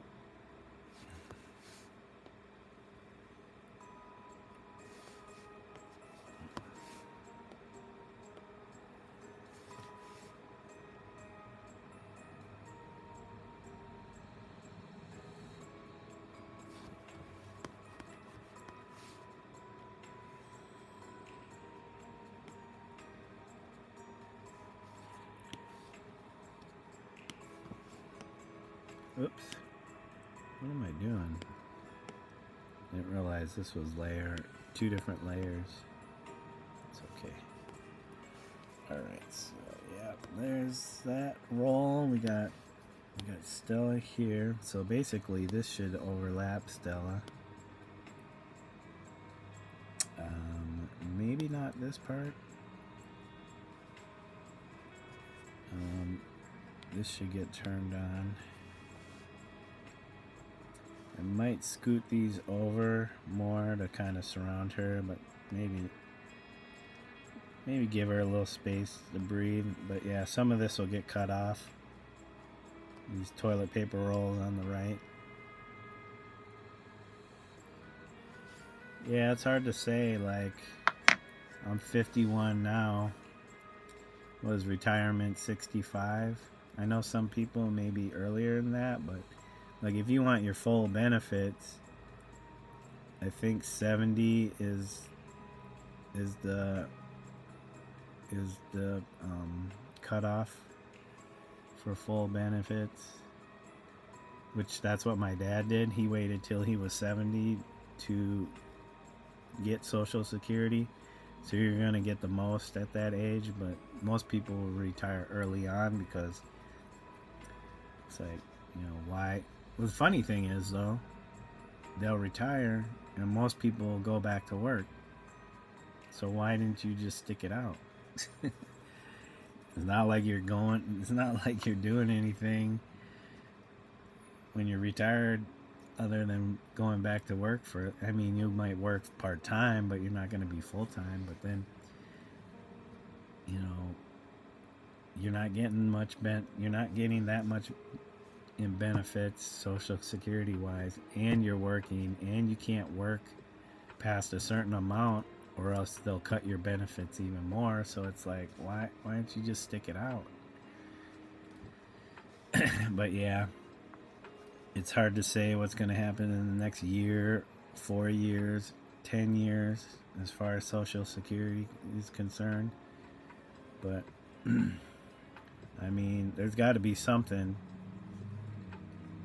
or else you're pretty much working. And the older you get, the harder it is to switch your job, your vocation, what you do. Like if you were smart and got, you know, you got work as an electrician or plumber. I mean, these fields will make a lot.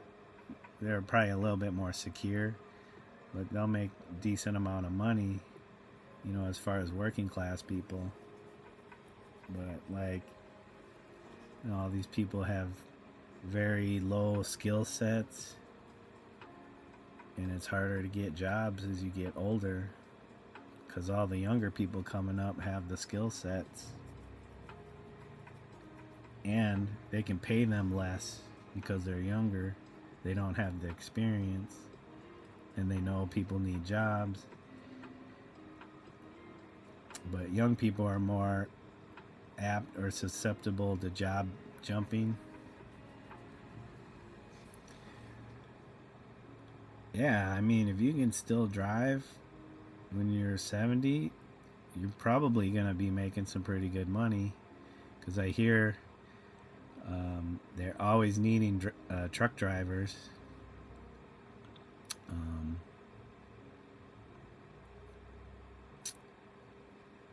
Yeah, I kind of looked into that a bit, but I don't think I was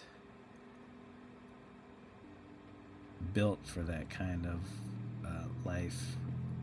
I don't know if you would call it a lifestyle, but I guess for some people it's a lifestyle. Yeah, I don't mind being on the road. I just, I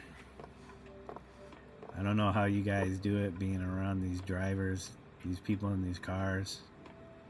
People on the roads are so rude, careless. They don't pay attention to people on motorcycles, let alone big old rigs and trailers. It's like,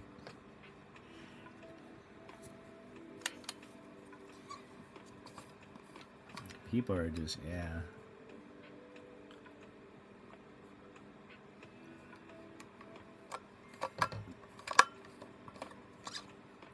Oh, looks like the wife is asking what's for dinner. Let's see.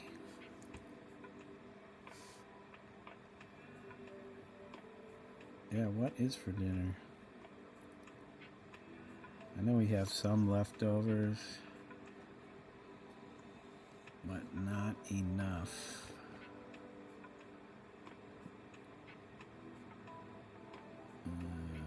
Shoot.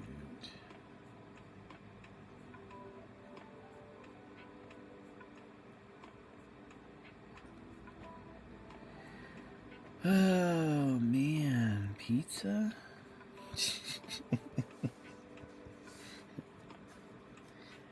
I doubt that's what she wants.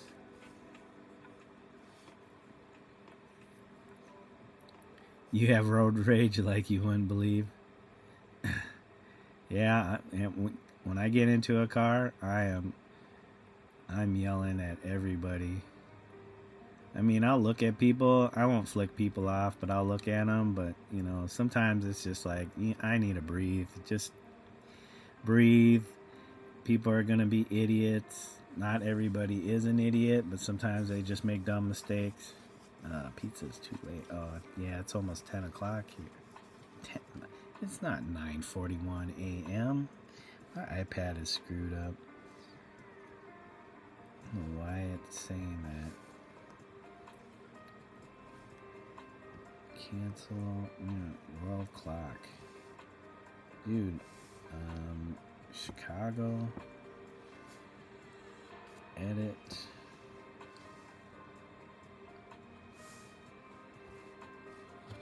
Oh, I need to go to my settings.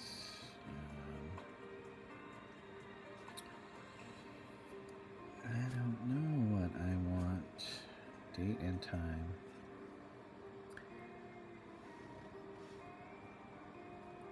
Yeah, it's like Chicago Standard. It's like Central Standard Time. Why are you showing 9:41 a.m.? Dude.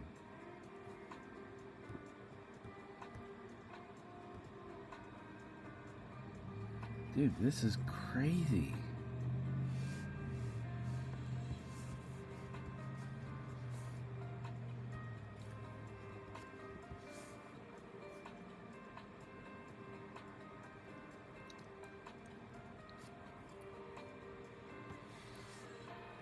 I bet there's a... I didn't realize I forgot to do it. It's like on my stream. I bet there's an update for this. My tablet. I bet there is an update.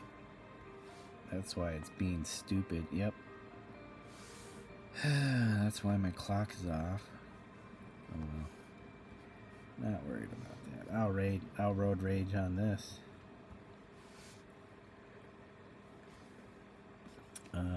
Let's see.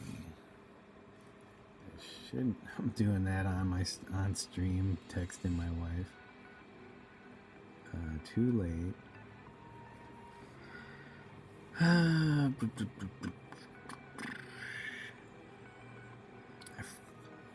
Well, it's only 8:23. That's not too late. I guess maybe on Sunday.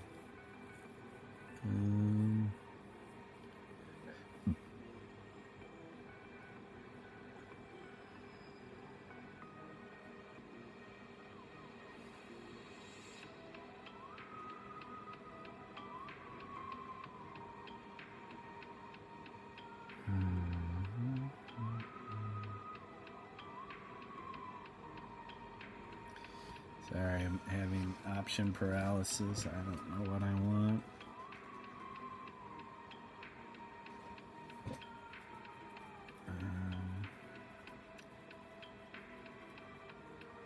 Let's do spaghetti. Let's see.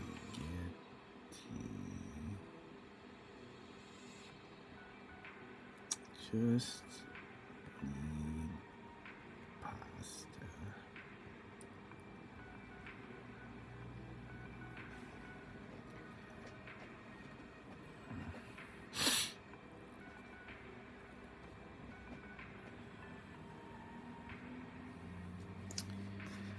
Well, that might just end the stream soon here. Let me do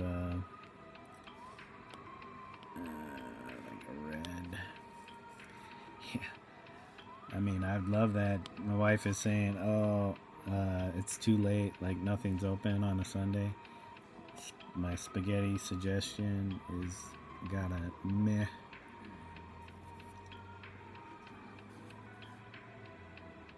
I don't know. What does she want? What did she want? No, it can't be that color because that's too close to the dog.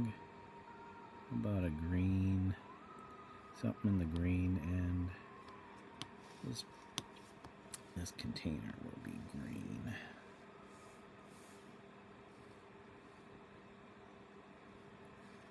Fill that in. That's green. Looks like a block of butter. I almost suggested that, but we don't have anything to augment the noodles with. Like, well, let me see. Let's see. I could go get some stuff. I can go get some stuff. That wouldn't be a bad idea. Thanks, BT. I was kind of thinking of that too. But I was like, oh, I don't know. She probably won't want that. She won't want that. Wouldn't be the first time we've done ramen. And it won't be the last. Alright, there's the top. That looks like a pat of butter. Right now we're just trying to get our shapes in there. That's all I should have been doing, was just focus on the shapes. Like this.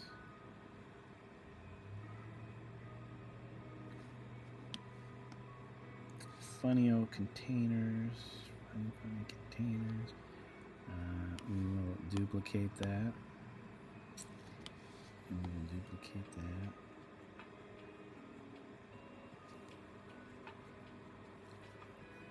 You've had 8 ramen noodles. You're into. You mean 8 like as eaten, or 8? Like 8 total times. Ramen is like,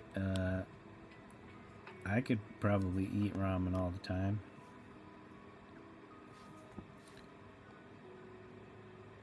But it depends on the ramen, because some are like really bland.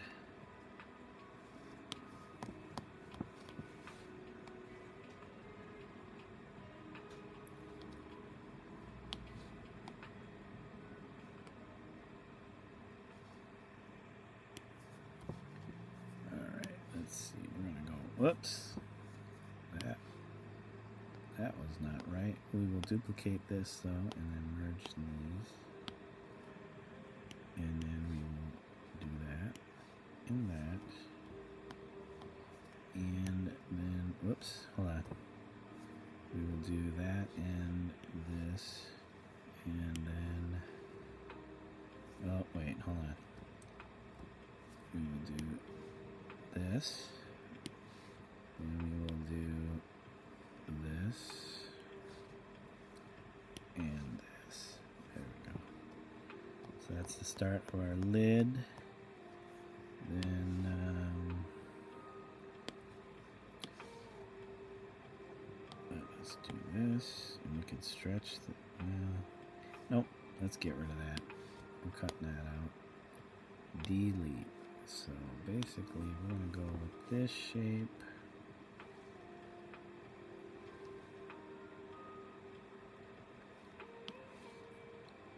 It's the voice text. Yeah, that's what I thought you meant.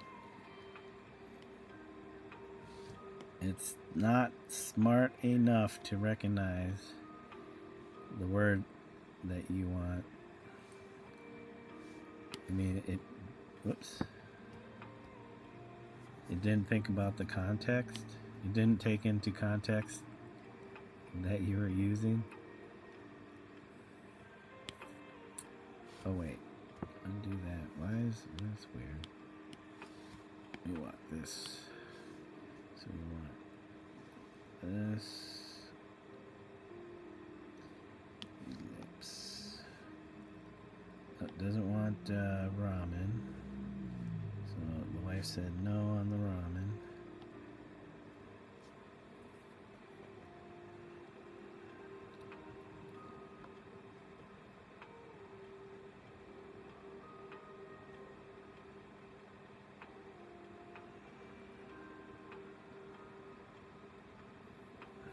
I don't want to say bebops, because I am not feeling bebops right now.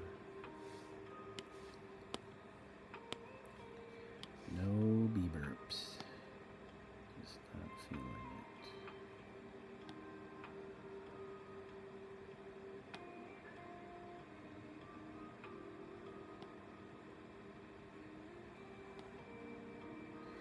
Okay, what I need to do is duplicate this,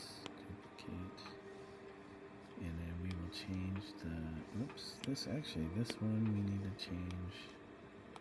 I want to make it a little darker. 44. And then we will shrink this one.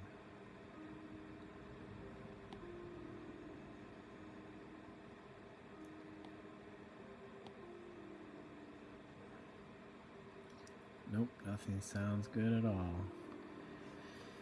Yeah, tacos. It's like 8:30 here. I don't know if there's any taco places.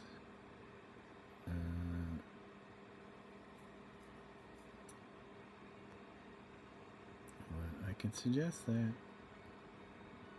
We do have a place we go to for tacos.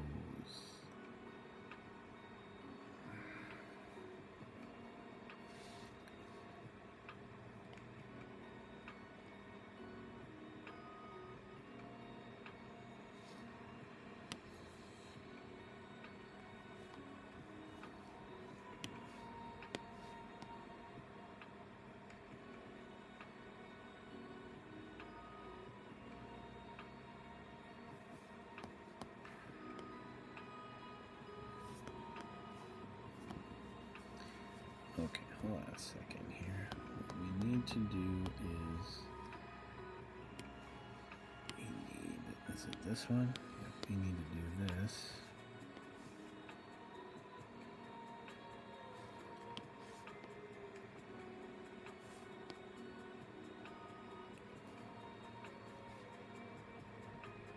Let's see. We're getting the ellipses. Will it be tacos? Will it be tacos? Will it be tacos?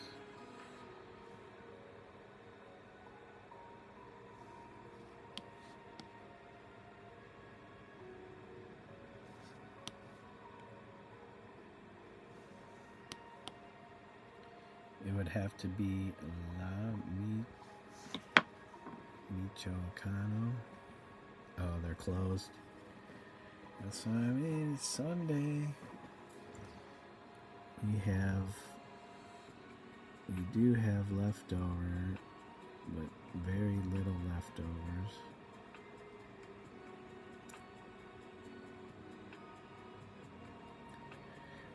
I am not suggesting bebops.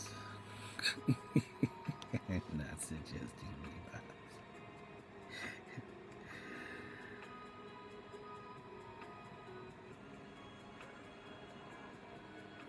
Oh, I know what we're saying. Jeez, Applebee's. I bet that's what she was waiting for me to say. Applebee's. Or Applebee's. Because we haven't had Applebee's in forever. I didn't want tacos. No tacos. Tacos. Oh, tacos. No tacos. Whoops. Why is that?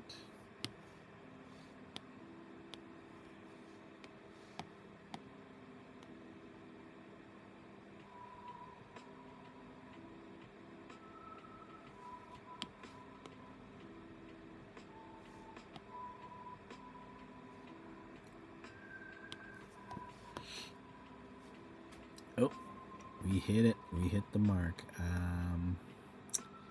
Not the chicken and the burger.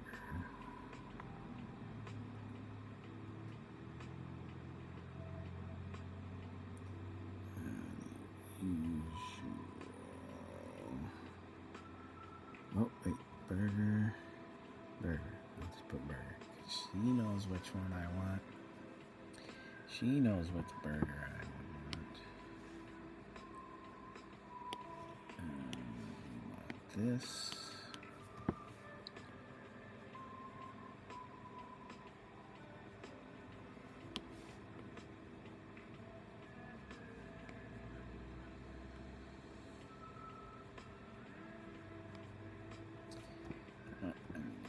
This one.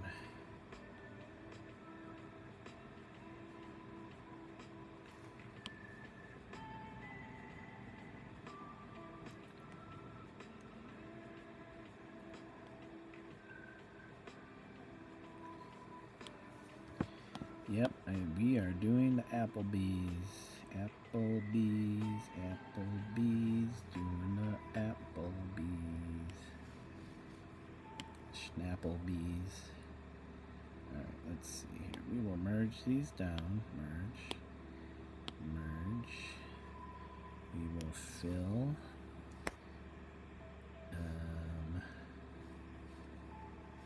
Let's choose these, and then we'll fill that, and then we'll fill that. So that's our container.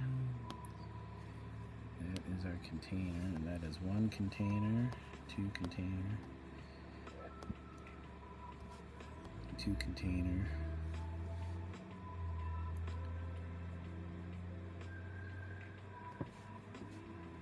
And we will clean those up. We will clean those up. So we need another layer, and how about something pink?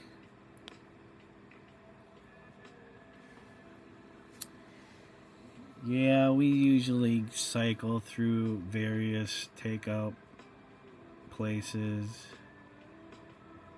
We have our favorites. So sometimes it's Applebee's. So we've been doing Applebee's for the past year or so. Before that, we didn't really do much Applebee's.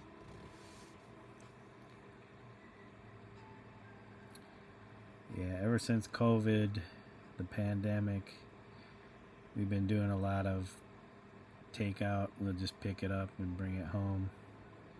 So if I'm not cooking anything, it's usually some takeout.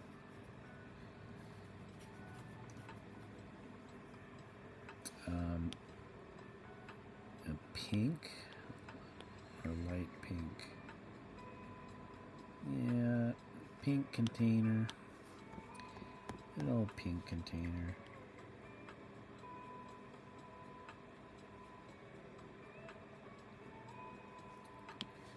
And there's our lips. There's our lips. We will duplicate that. Duplicate. And then bring it here. And then do our line.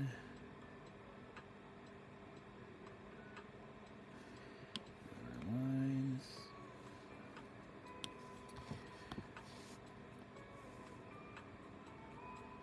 So I'll probably end the stream here, I'm sure within the next 5 or 10 minutes,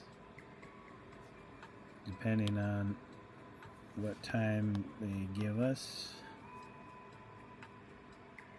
And then, whoops. I'm going to duplicate that. Push down, and then, okay, that is that.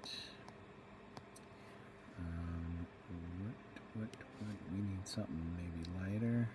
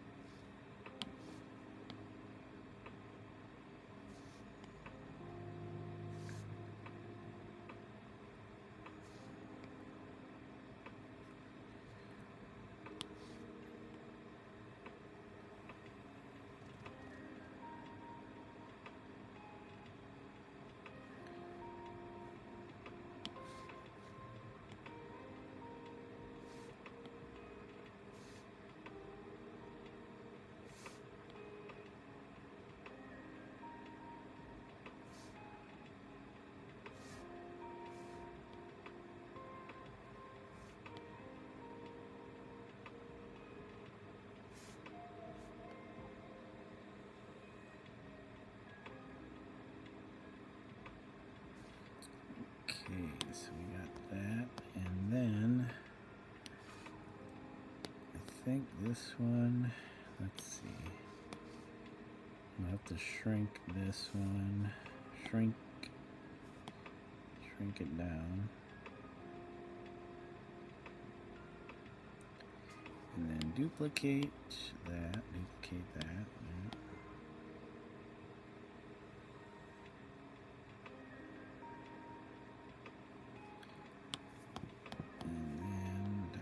whoops, wrong color.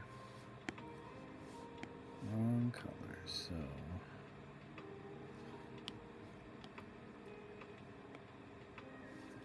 alright. Whoops. I just moved that. I need to make another line.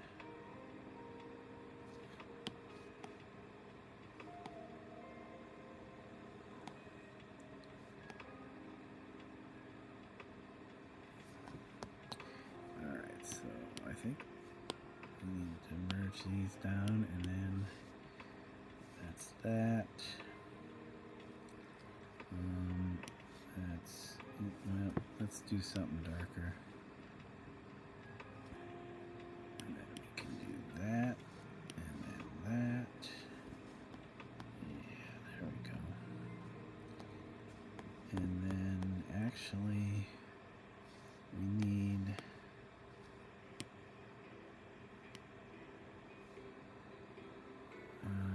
something on this.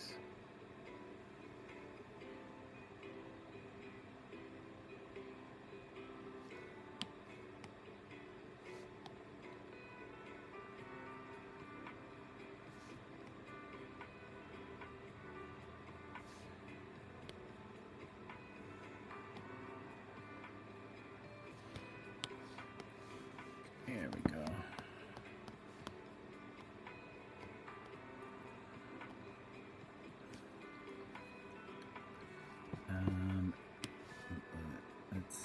We'll merge all these down so we have more layers, and then one more layer. Oh, here we go. Let's see, 9:30. What? Wait. It's gonna take them 45 minutes? Must be busy. Oh, I still got some time, but if you gotta go, BT, thanks for hanging out with me, chit-chatting. Yep. Just be hanging out. That's weird, because it's 8:45, and they're saying a 9:30 estimated pickup time. Usually it doesn't take 45 minutes, but unless they're busy. Drive on up. Come in, order will be waiting. Okay. All right.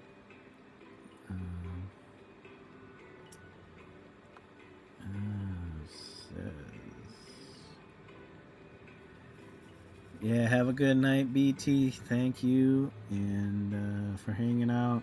I hope you have a good evening. I'll catch you again in somebody's live somewhere on the internet. Says 9:30 pickup. 9:30.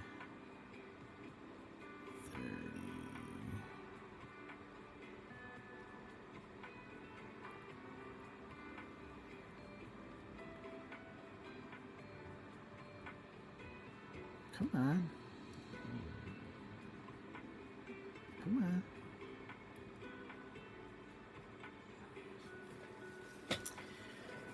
We will keep drawing unless the wife says, no, go up there in 15 minutes.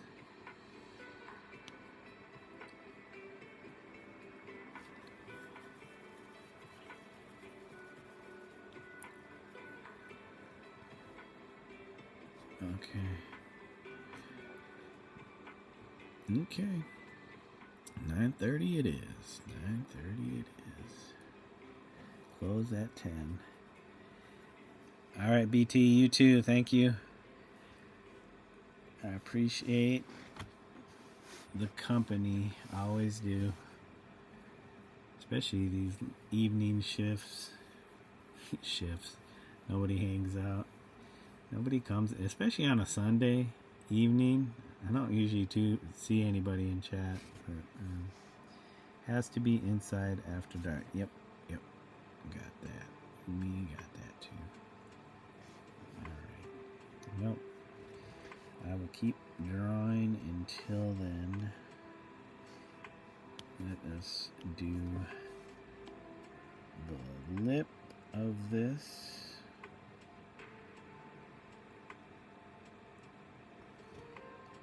The lip.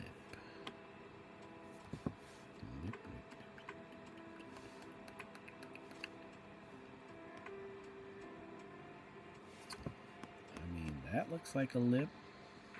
There we go, yeah. The thing is, the cap has to be, we'll just beef it up a little bit. The cap has to be in the lips. It's just right enough.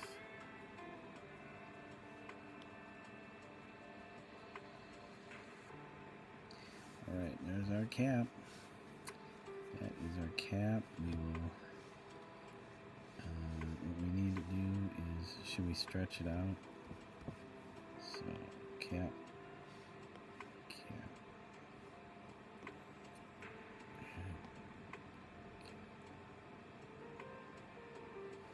Kind of looks about that size.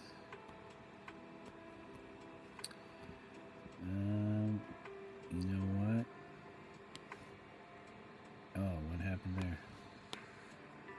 We didn't want that. We don't want that.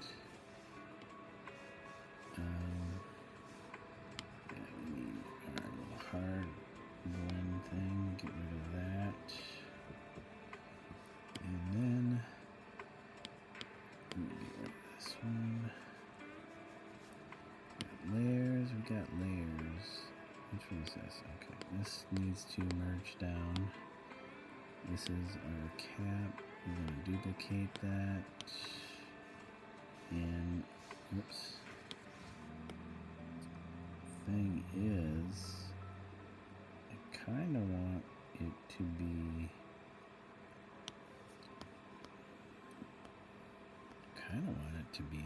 rounded on top.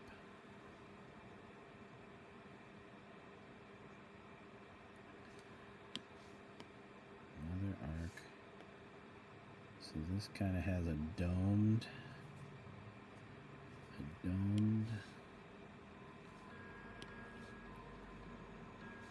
Oops, nope.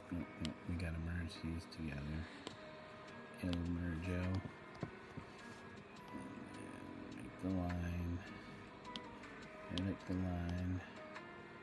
Get that in line. And then do another line here.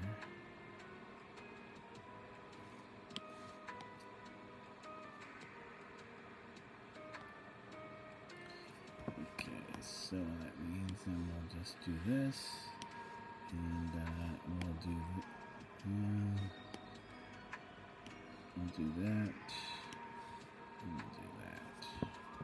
and I think we'll go a little darker on this.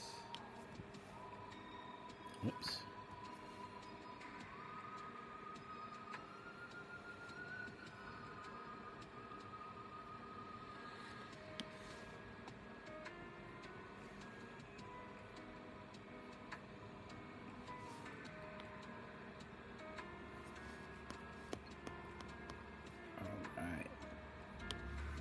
That, let us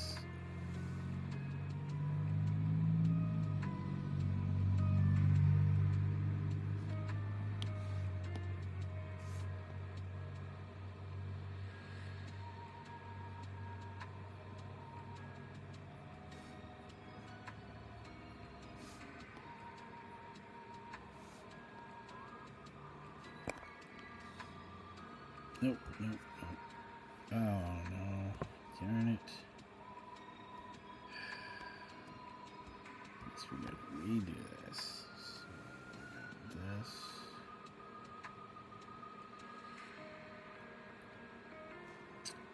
Edit.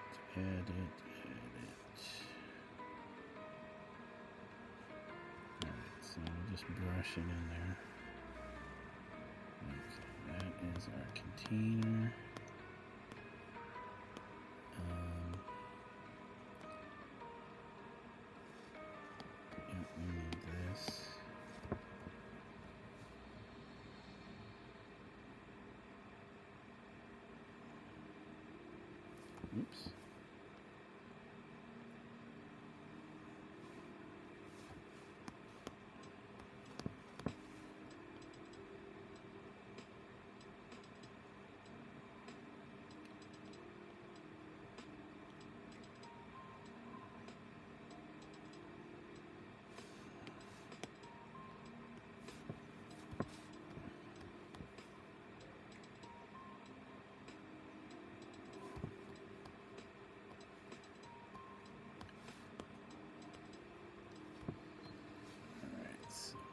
we need to do is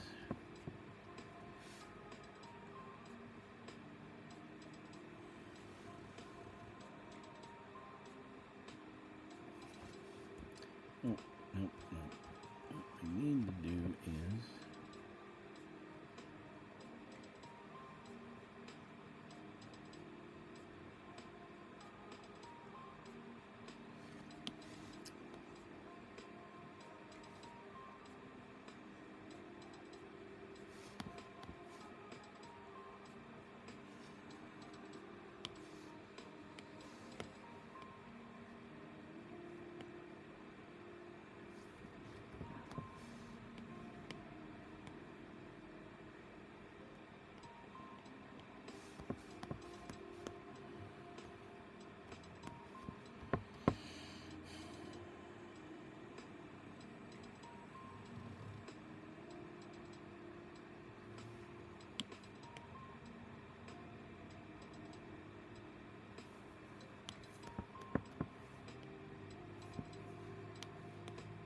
oops.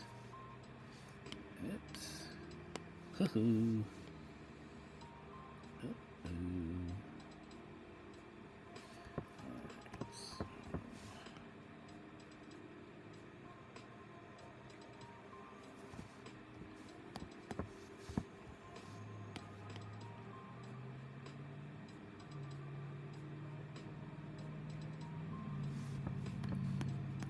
Okay, alright. We got a lid, we got a top. Don't get too detailed with it. Okay, so we got our containers. Could probably add another container. 2 hours and 40 minutes. Not a bad stream. Probably be good for another 20 minutes. 25 minutes of doing this.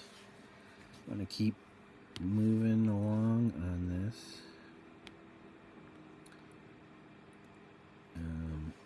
Certainly turn this off because we want to see our container. Let's turn this up though. We need this. Okay, and then turn that down. We want a new layer. We want more of a yellow. Yes. Okay, so top layer, yellow. Okay. It's polygon.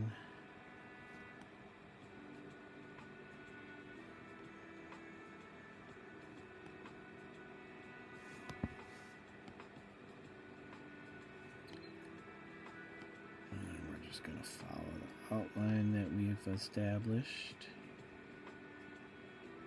Come on. And follow the outline. I hear the cat. I hear the cat.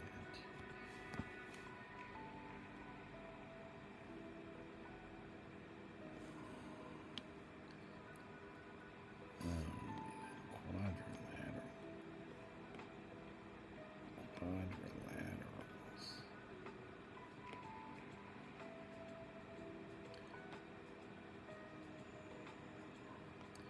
Let's make sure that matches up.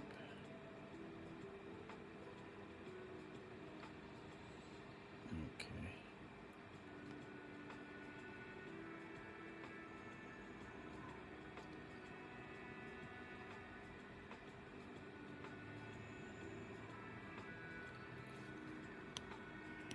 Alright.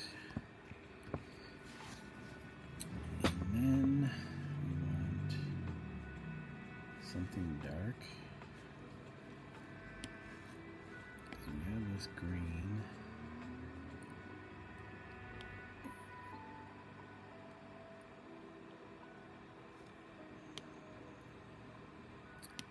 So we want another layer, and then we will do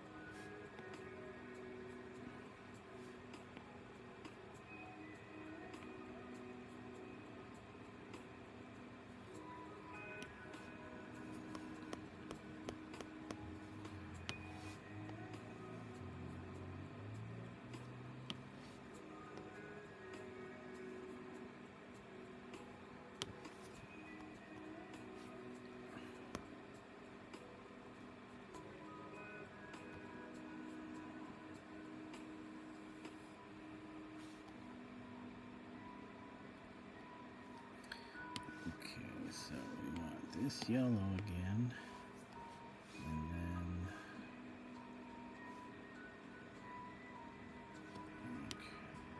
nope, nope, nope.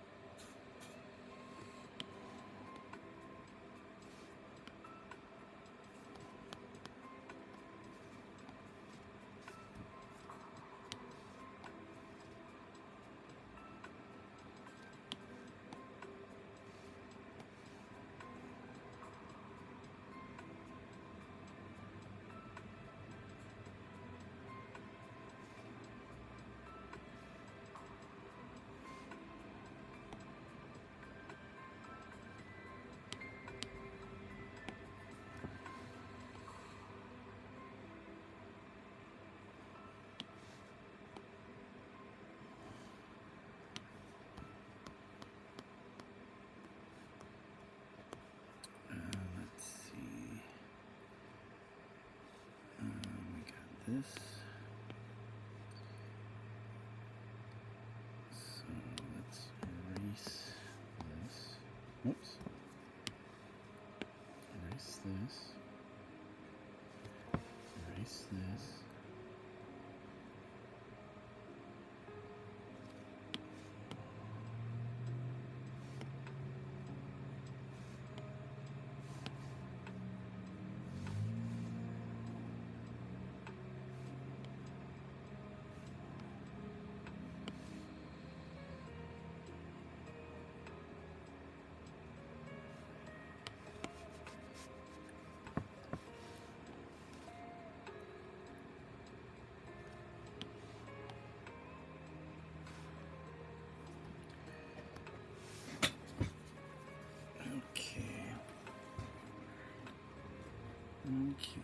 Okay, everybody.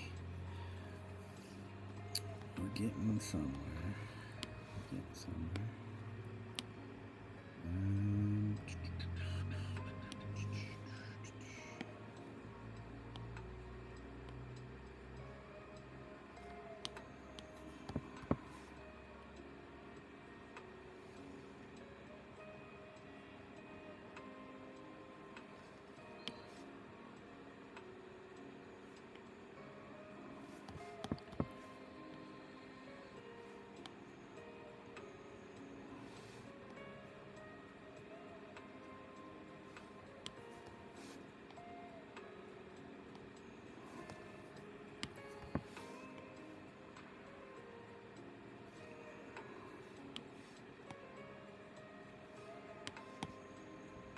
Oops.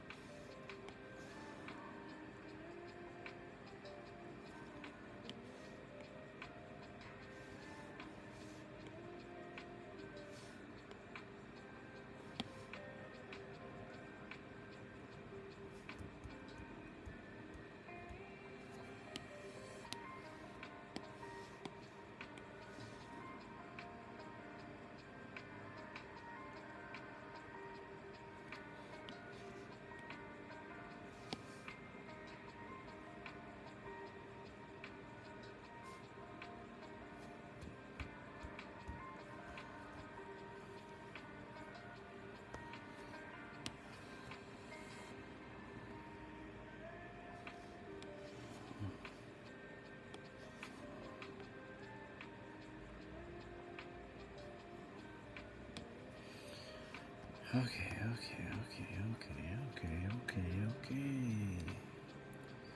So we need this, which is going to be,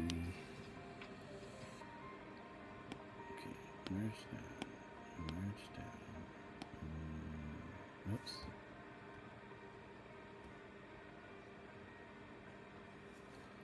Okay.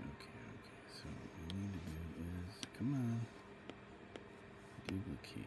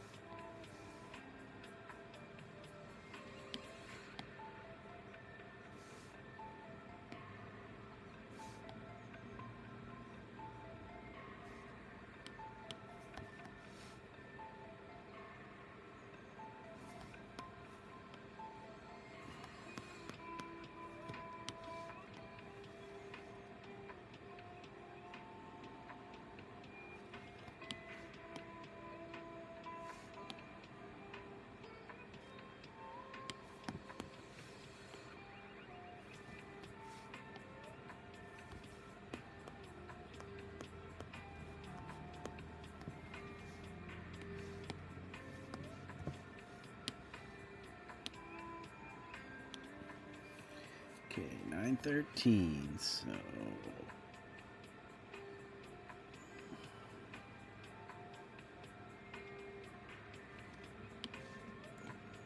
9:13.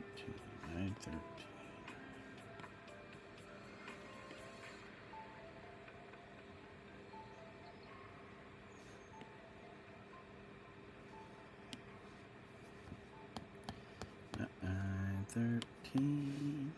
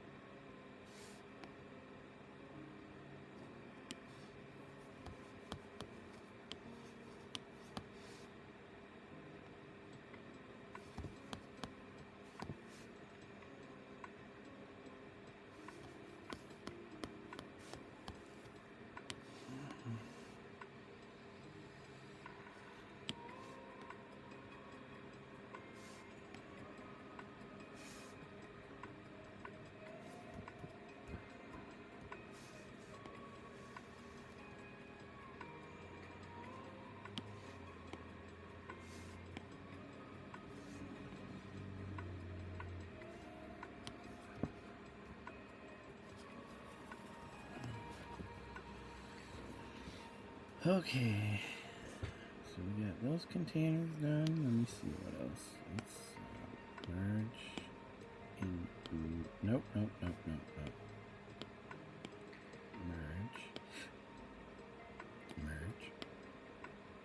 So we got our containers so far.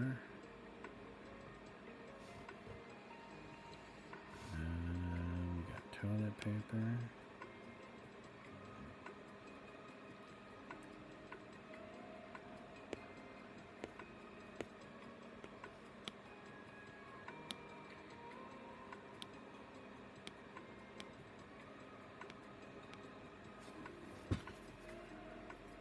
Okay, let's see. 9:18. Alright, guys, I'm gonna have to start wrapping this up to go do dinner.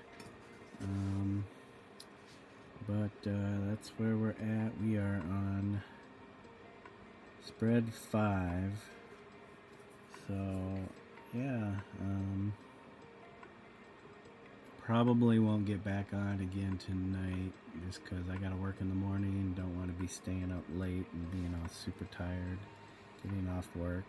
But I will be back on after 3 p.m. tomorrow,